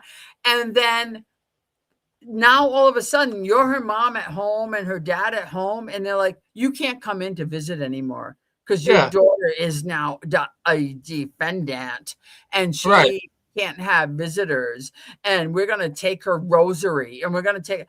Are you effing kidding me? Like right now, like seriously, I can't imagine that as a mom going through that. I just can't even. I would have been like, I would have lost my mind. That like in a moment. Now we've gone from at least being able to go and comfort our daughter who was shot in the chest, almost dying, having like, surgeries ahead of her, to being like, you can't even come to the hospital to visit her. Can you imagine that, Mark? That's insanity. The lack of humanity. That's humanity. It's what it is. Yeah, it's insanity. I'm going to finish the last 30 seconds here. Yep. Sounds good, Mark. Egregious acts and accusations. Yeah, I will never. You tried to destroy my life and you failed. I'm still here. I'm still standing, and I'll never fall down. Thank you for tuning in to Case Notes Unfiltered. We're really excited to introduce our podcast and do more podcasts in the future. I'm excited. Me too. All right. So tune in for the next one. Yep. All right. Right. Great. That was the teaser. That's the teaser. Yeah, like there's going to be other ones, and I'm definitely going to, because as a person who watched a lot of it, and I know, like, I feel like I know almost everything about the Kelsey case, and I think you feel that way too, Monroe. And we've been following this for so long now, like way before Christmas of last year, and have looked at everything. There were things I learned, and I'm always looking to learn. And so I can't wait to see what comes out on the next one, because I want to know more things. I want to understand more things. It's important to me. And especially in this case. So definitely, I appreciate you doing this tonight, Mark. I appreciate everything that you've done for, Kelsey for so long, and got us over 200 grand. 200 grand, like, last weekend. It's been amazing. And she couldn't have done it. She could, like, when you think about everything she was up against, and that little, podcast tells the tale of like what she was up against. And she couldn't have done it without it. Seriously, she's just a person who would just, was having a regular job with a regular house and things like that. She can't afford to be like getting the representation and everything that she needs in two courts. And she still is fighting the battle, but she's winning. Okay. That's right. So that's the thing. So like, it's important for people to know she's winning. She's winning on the emotional standpoint, the physical standpoint, and she's winning the battle to get her son back. So please, everybody that supports Kelsey, continue to support Kelsey, continue to support channels like Mark's that have been so outspoken and great for Kelsey. And, I can't express my appreciation enough for you and for Lauren and for other creators that have done, a lot to help Kelsey out and do the fundraisers and whatnot. So I thank you, Mark. I'm sorry I was late for your. That's all right. We were early. We moved the show up earlier. It's supposed to start at 6. I bumped it up to 4:30. So. Yes, exactly. I was ready to go early. I was like to comment on my makeup and my face melting because I was out at my Weber grill. Mark, you'll be happy to know. Following your recipe on some chicken thing that you. Oh, did you? It was no kidding. Which one was this now? Was it chicken teriyaki? Was it Fiesta chicken? Oh, Fiesta lime chicken. It was really good. Did you marinate it in chicken teriyaki? Of course I marinate it. Anytime you put anything on those griddle things, you got to marinate it. Seriously. Because it's high heat, it's quick, whatever, and the best way. So this morning before I head out to the gym and everything, I marinated all the stuff, had the chicken marinating and everything so that I would come back and do it. But Mark and I were supposed to go live at 6, and then Mark is like, oh, come on. I'm like, Mark, my chicken's still marinating, that's really important. But I put it on it, and that griddle heats up quick. So it does. Oh yeah. But eating our chicken and we're doing the good thing, and it's all Mark related. As long as it's all Mark related, I felt like we were good. You're good to go. Exactly. That's great. Fiesta lime chicken's one of my favorites. The chicken teriyaki I made is one of my favorites. So those are videos I look had. at your recipes. Anybody that's looking to follow Mark for Kelsey stuff, go follow his recipe. Mark has some great recipes on there. Easy to follow, especially if you're doing the grill with the griddle on it, and which I love to cook like that in the summer. And today was the first time I've used my grill in a few days because it's been 500 degrees. Yeah. The last thing you need is to be out on your griddle when it's fire. So today I was I'm definitely grilling because I just love grilling. I love being out there grilling. So anyway, it was fantastic and fantastic being with you tonight everybody. And thank you all for the support for Kelsey. Appreciate you all. Thank you so much. All right, we'll be back live again. Laurie Mullen, ladies and gentlemen, attorney Mullen Law. Follow her on X at Mullen Law. She is moo. I didn't even notice that all because we had the thing hidden because of the video. Moo. The trolling is next level. This is unbelievable. That's awesome. But I wouldn't involve you in the story. Mark, like I told you, I'm not going to tell the cow story again until we hit 400,000. There we go. I'm holding you to it. That's the goal. And and you're going to actually be looking forward to it because it's 400,000, right? Right. Exactly. We'll tell it at 400,000. All right. Well, Laurie, thank you for your time. Appreciate your time and your wisdom. And have a great rest of your weekend. Thank you. Laurie Mullen, ladies and gentlemen. All right. Joining us today. Mesa Media will be back live again. I don't know when. Probably we'll figure. Maybe we'll do a weekday show this week. Maybe we'll figure out something. We'll see. I'm kind of really, really caught up in summer right now. So I almost didn't even do a weekend show this weekend, quite honestly. But we'll try to be back next week. Maybe Karen Reed related next week. I'm not sure. I'm trying to keep up with Karen Reed stuff. But the problem with Karen Reed stuff is news just keeps dropping every 10 seconds. It's every time you turn around, it's news, motion, article. It's I don't get the time to keep up with all this stuff. So we'll see what we can do. But ladies and gentlemen, thank you so much for tuning in to Mass Media today. Again, thank you to Laurie Mullen for tuning in, for joining the show, I should say. And again, great work by Courtney and Kelsey on their show. That's Case Notes Unfiltered. You can find that on YouTube. Please follow that channel and subscribe to their channel. And again, I'm Mark from Mazda Media. Thank you guys. Have a great night. Plenty of shows are on right now. Rat House Media, Canton Chronicle, Melanie Little, Turtle Boy's on tonight. So many shows that are on tonight. Every show in the world's on tonight. It's incredible. So everybody's catching up from the weekend. So from Mazda Media, I'm Mark. Take care of yourselves, guys. Have a great one. Take care and bye-bye.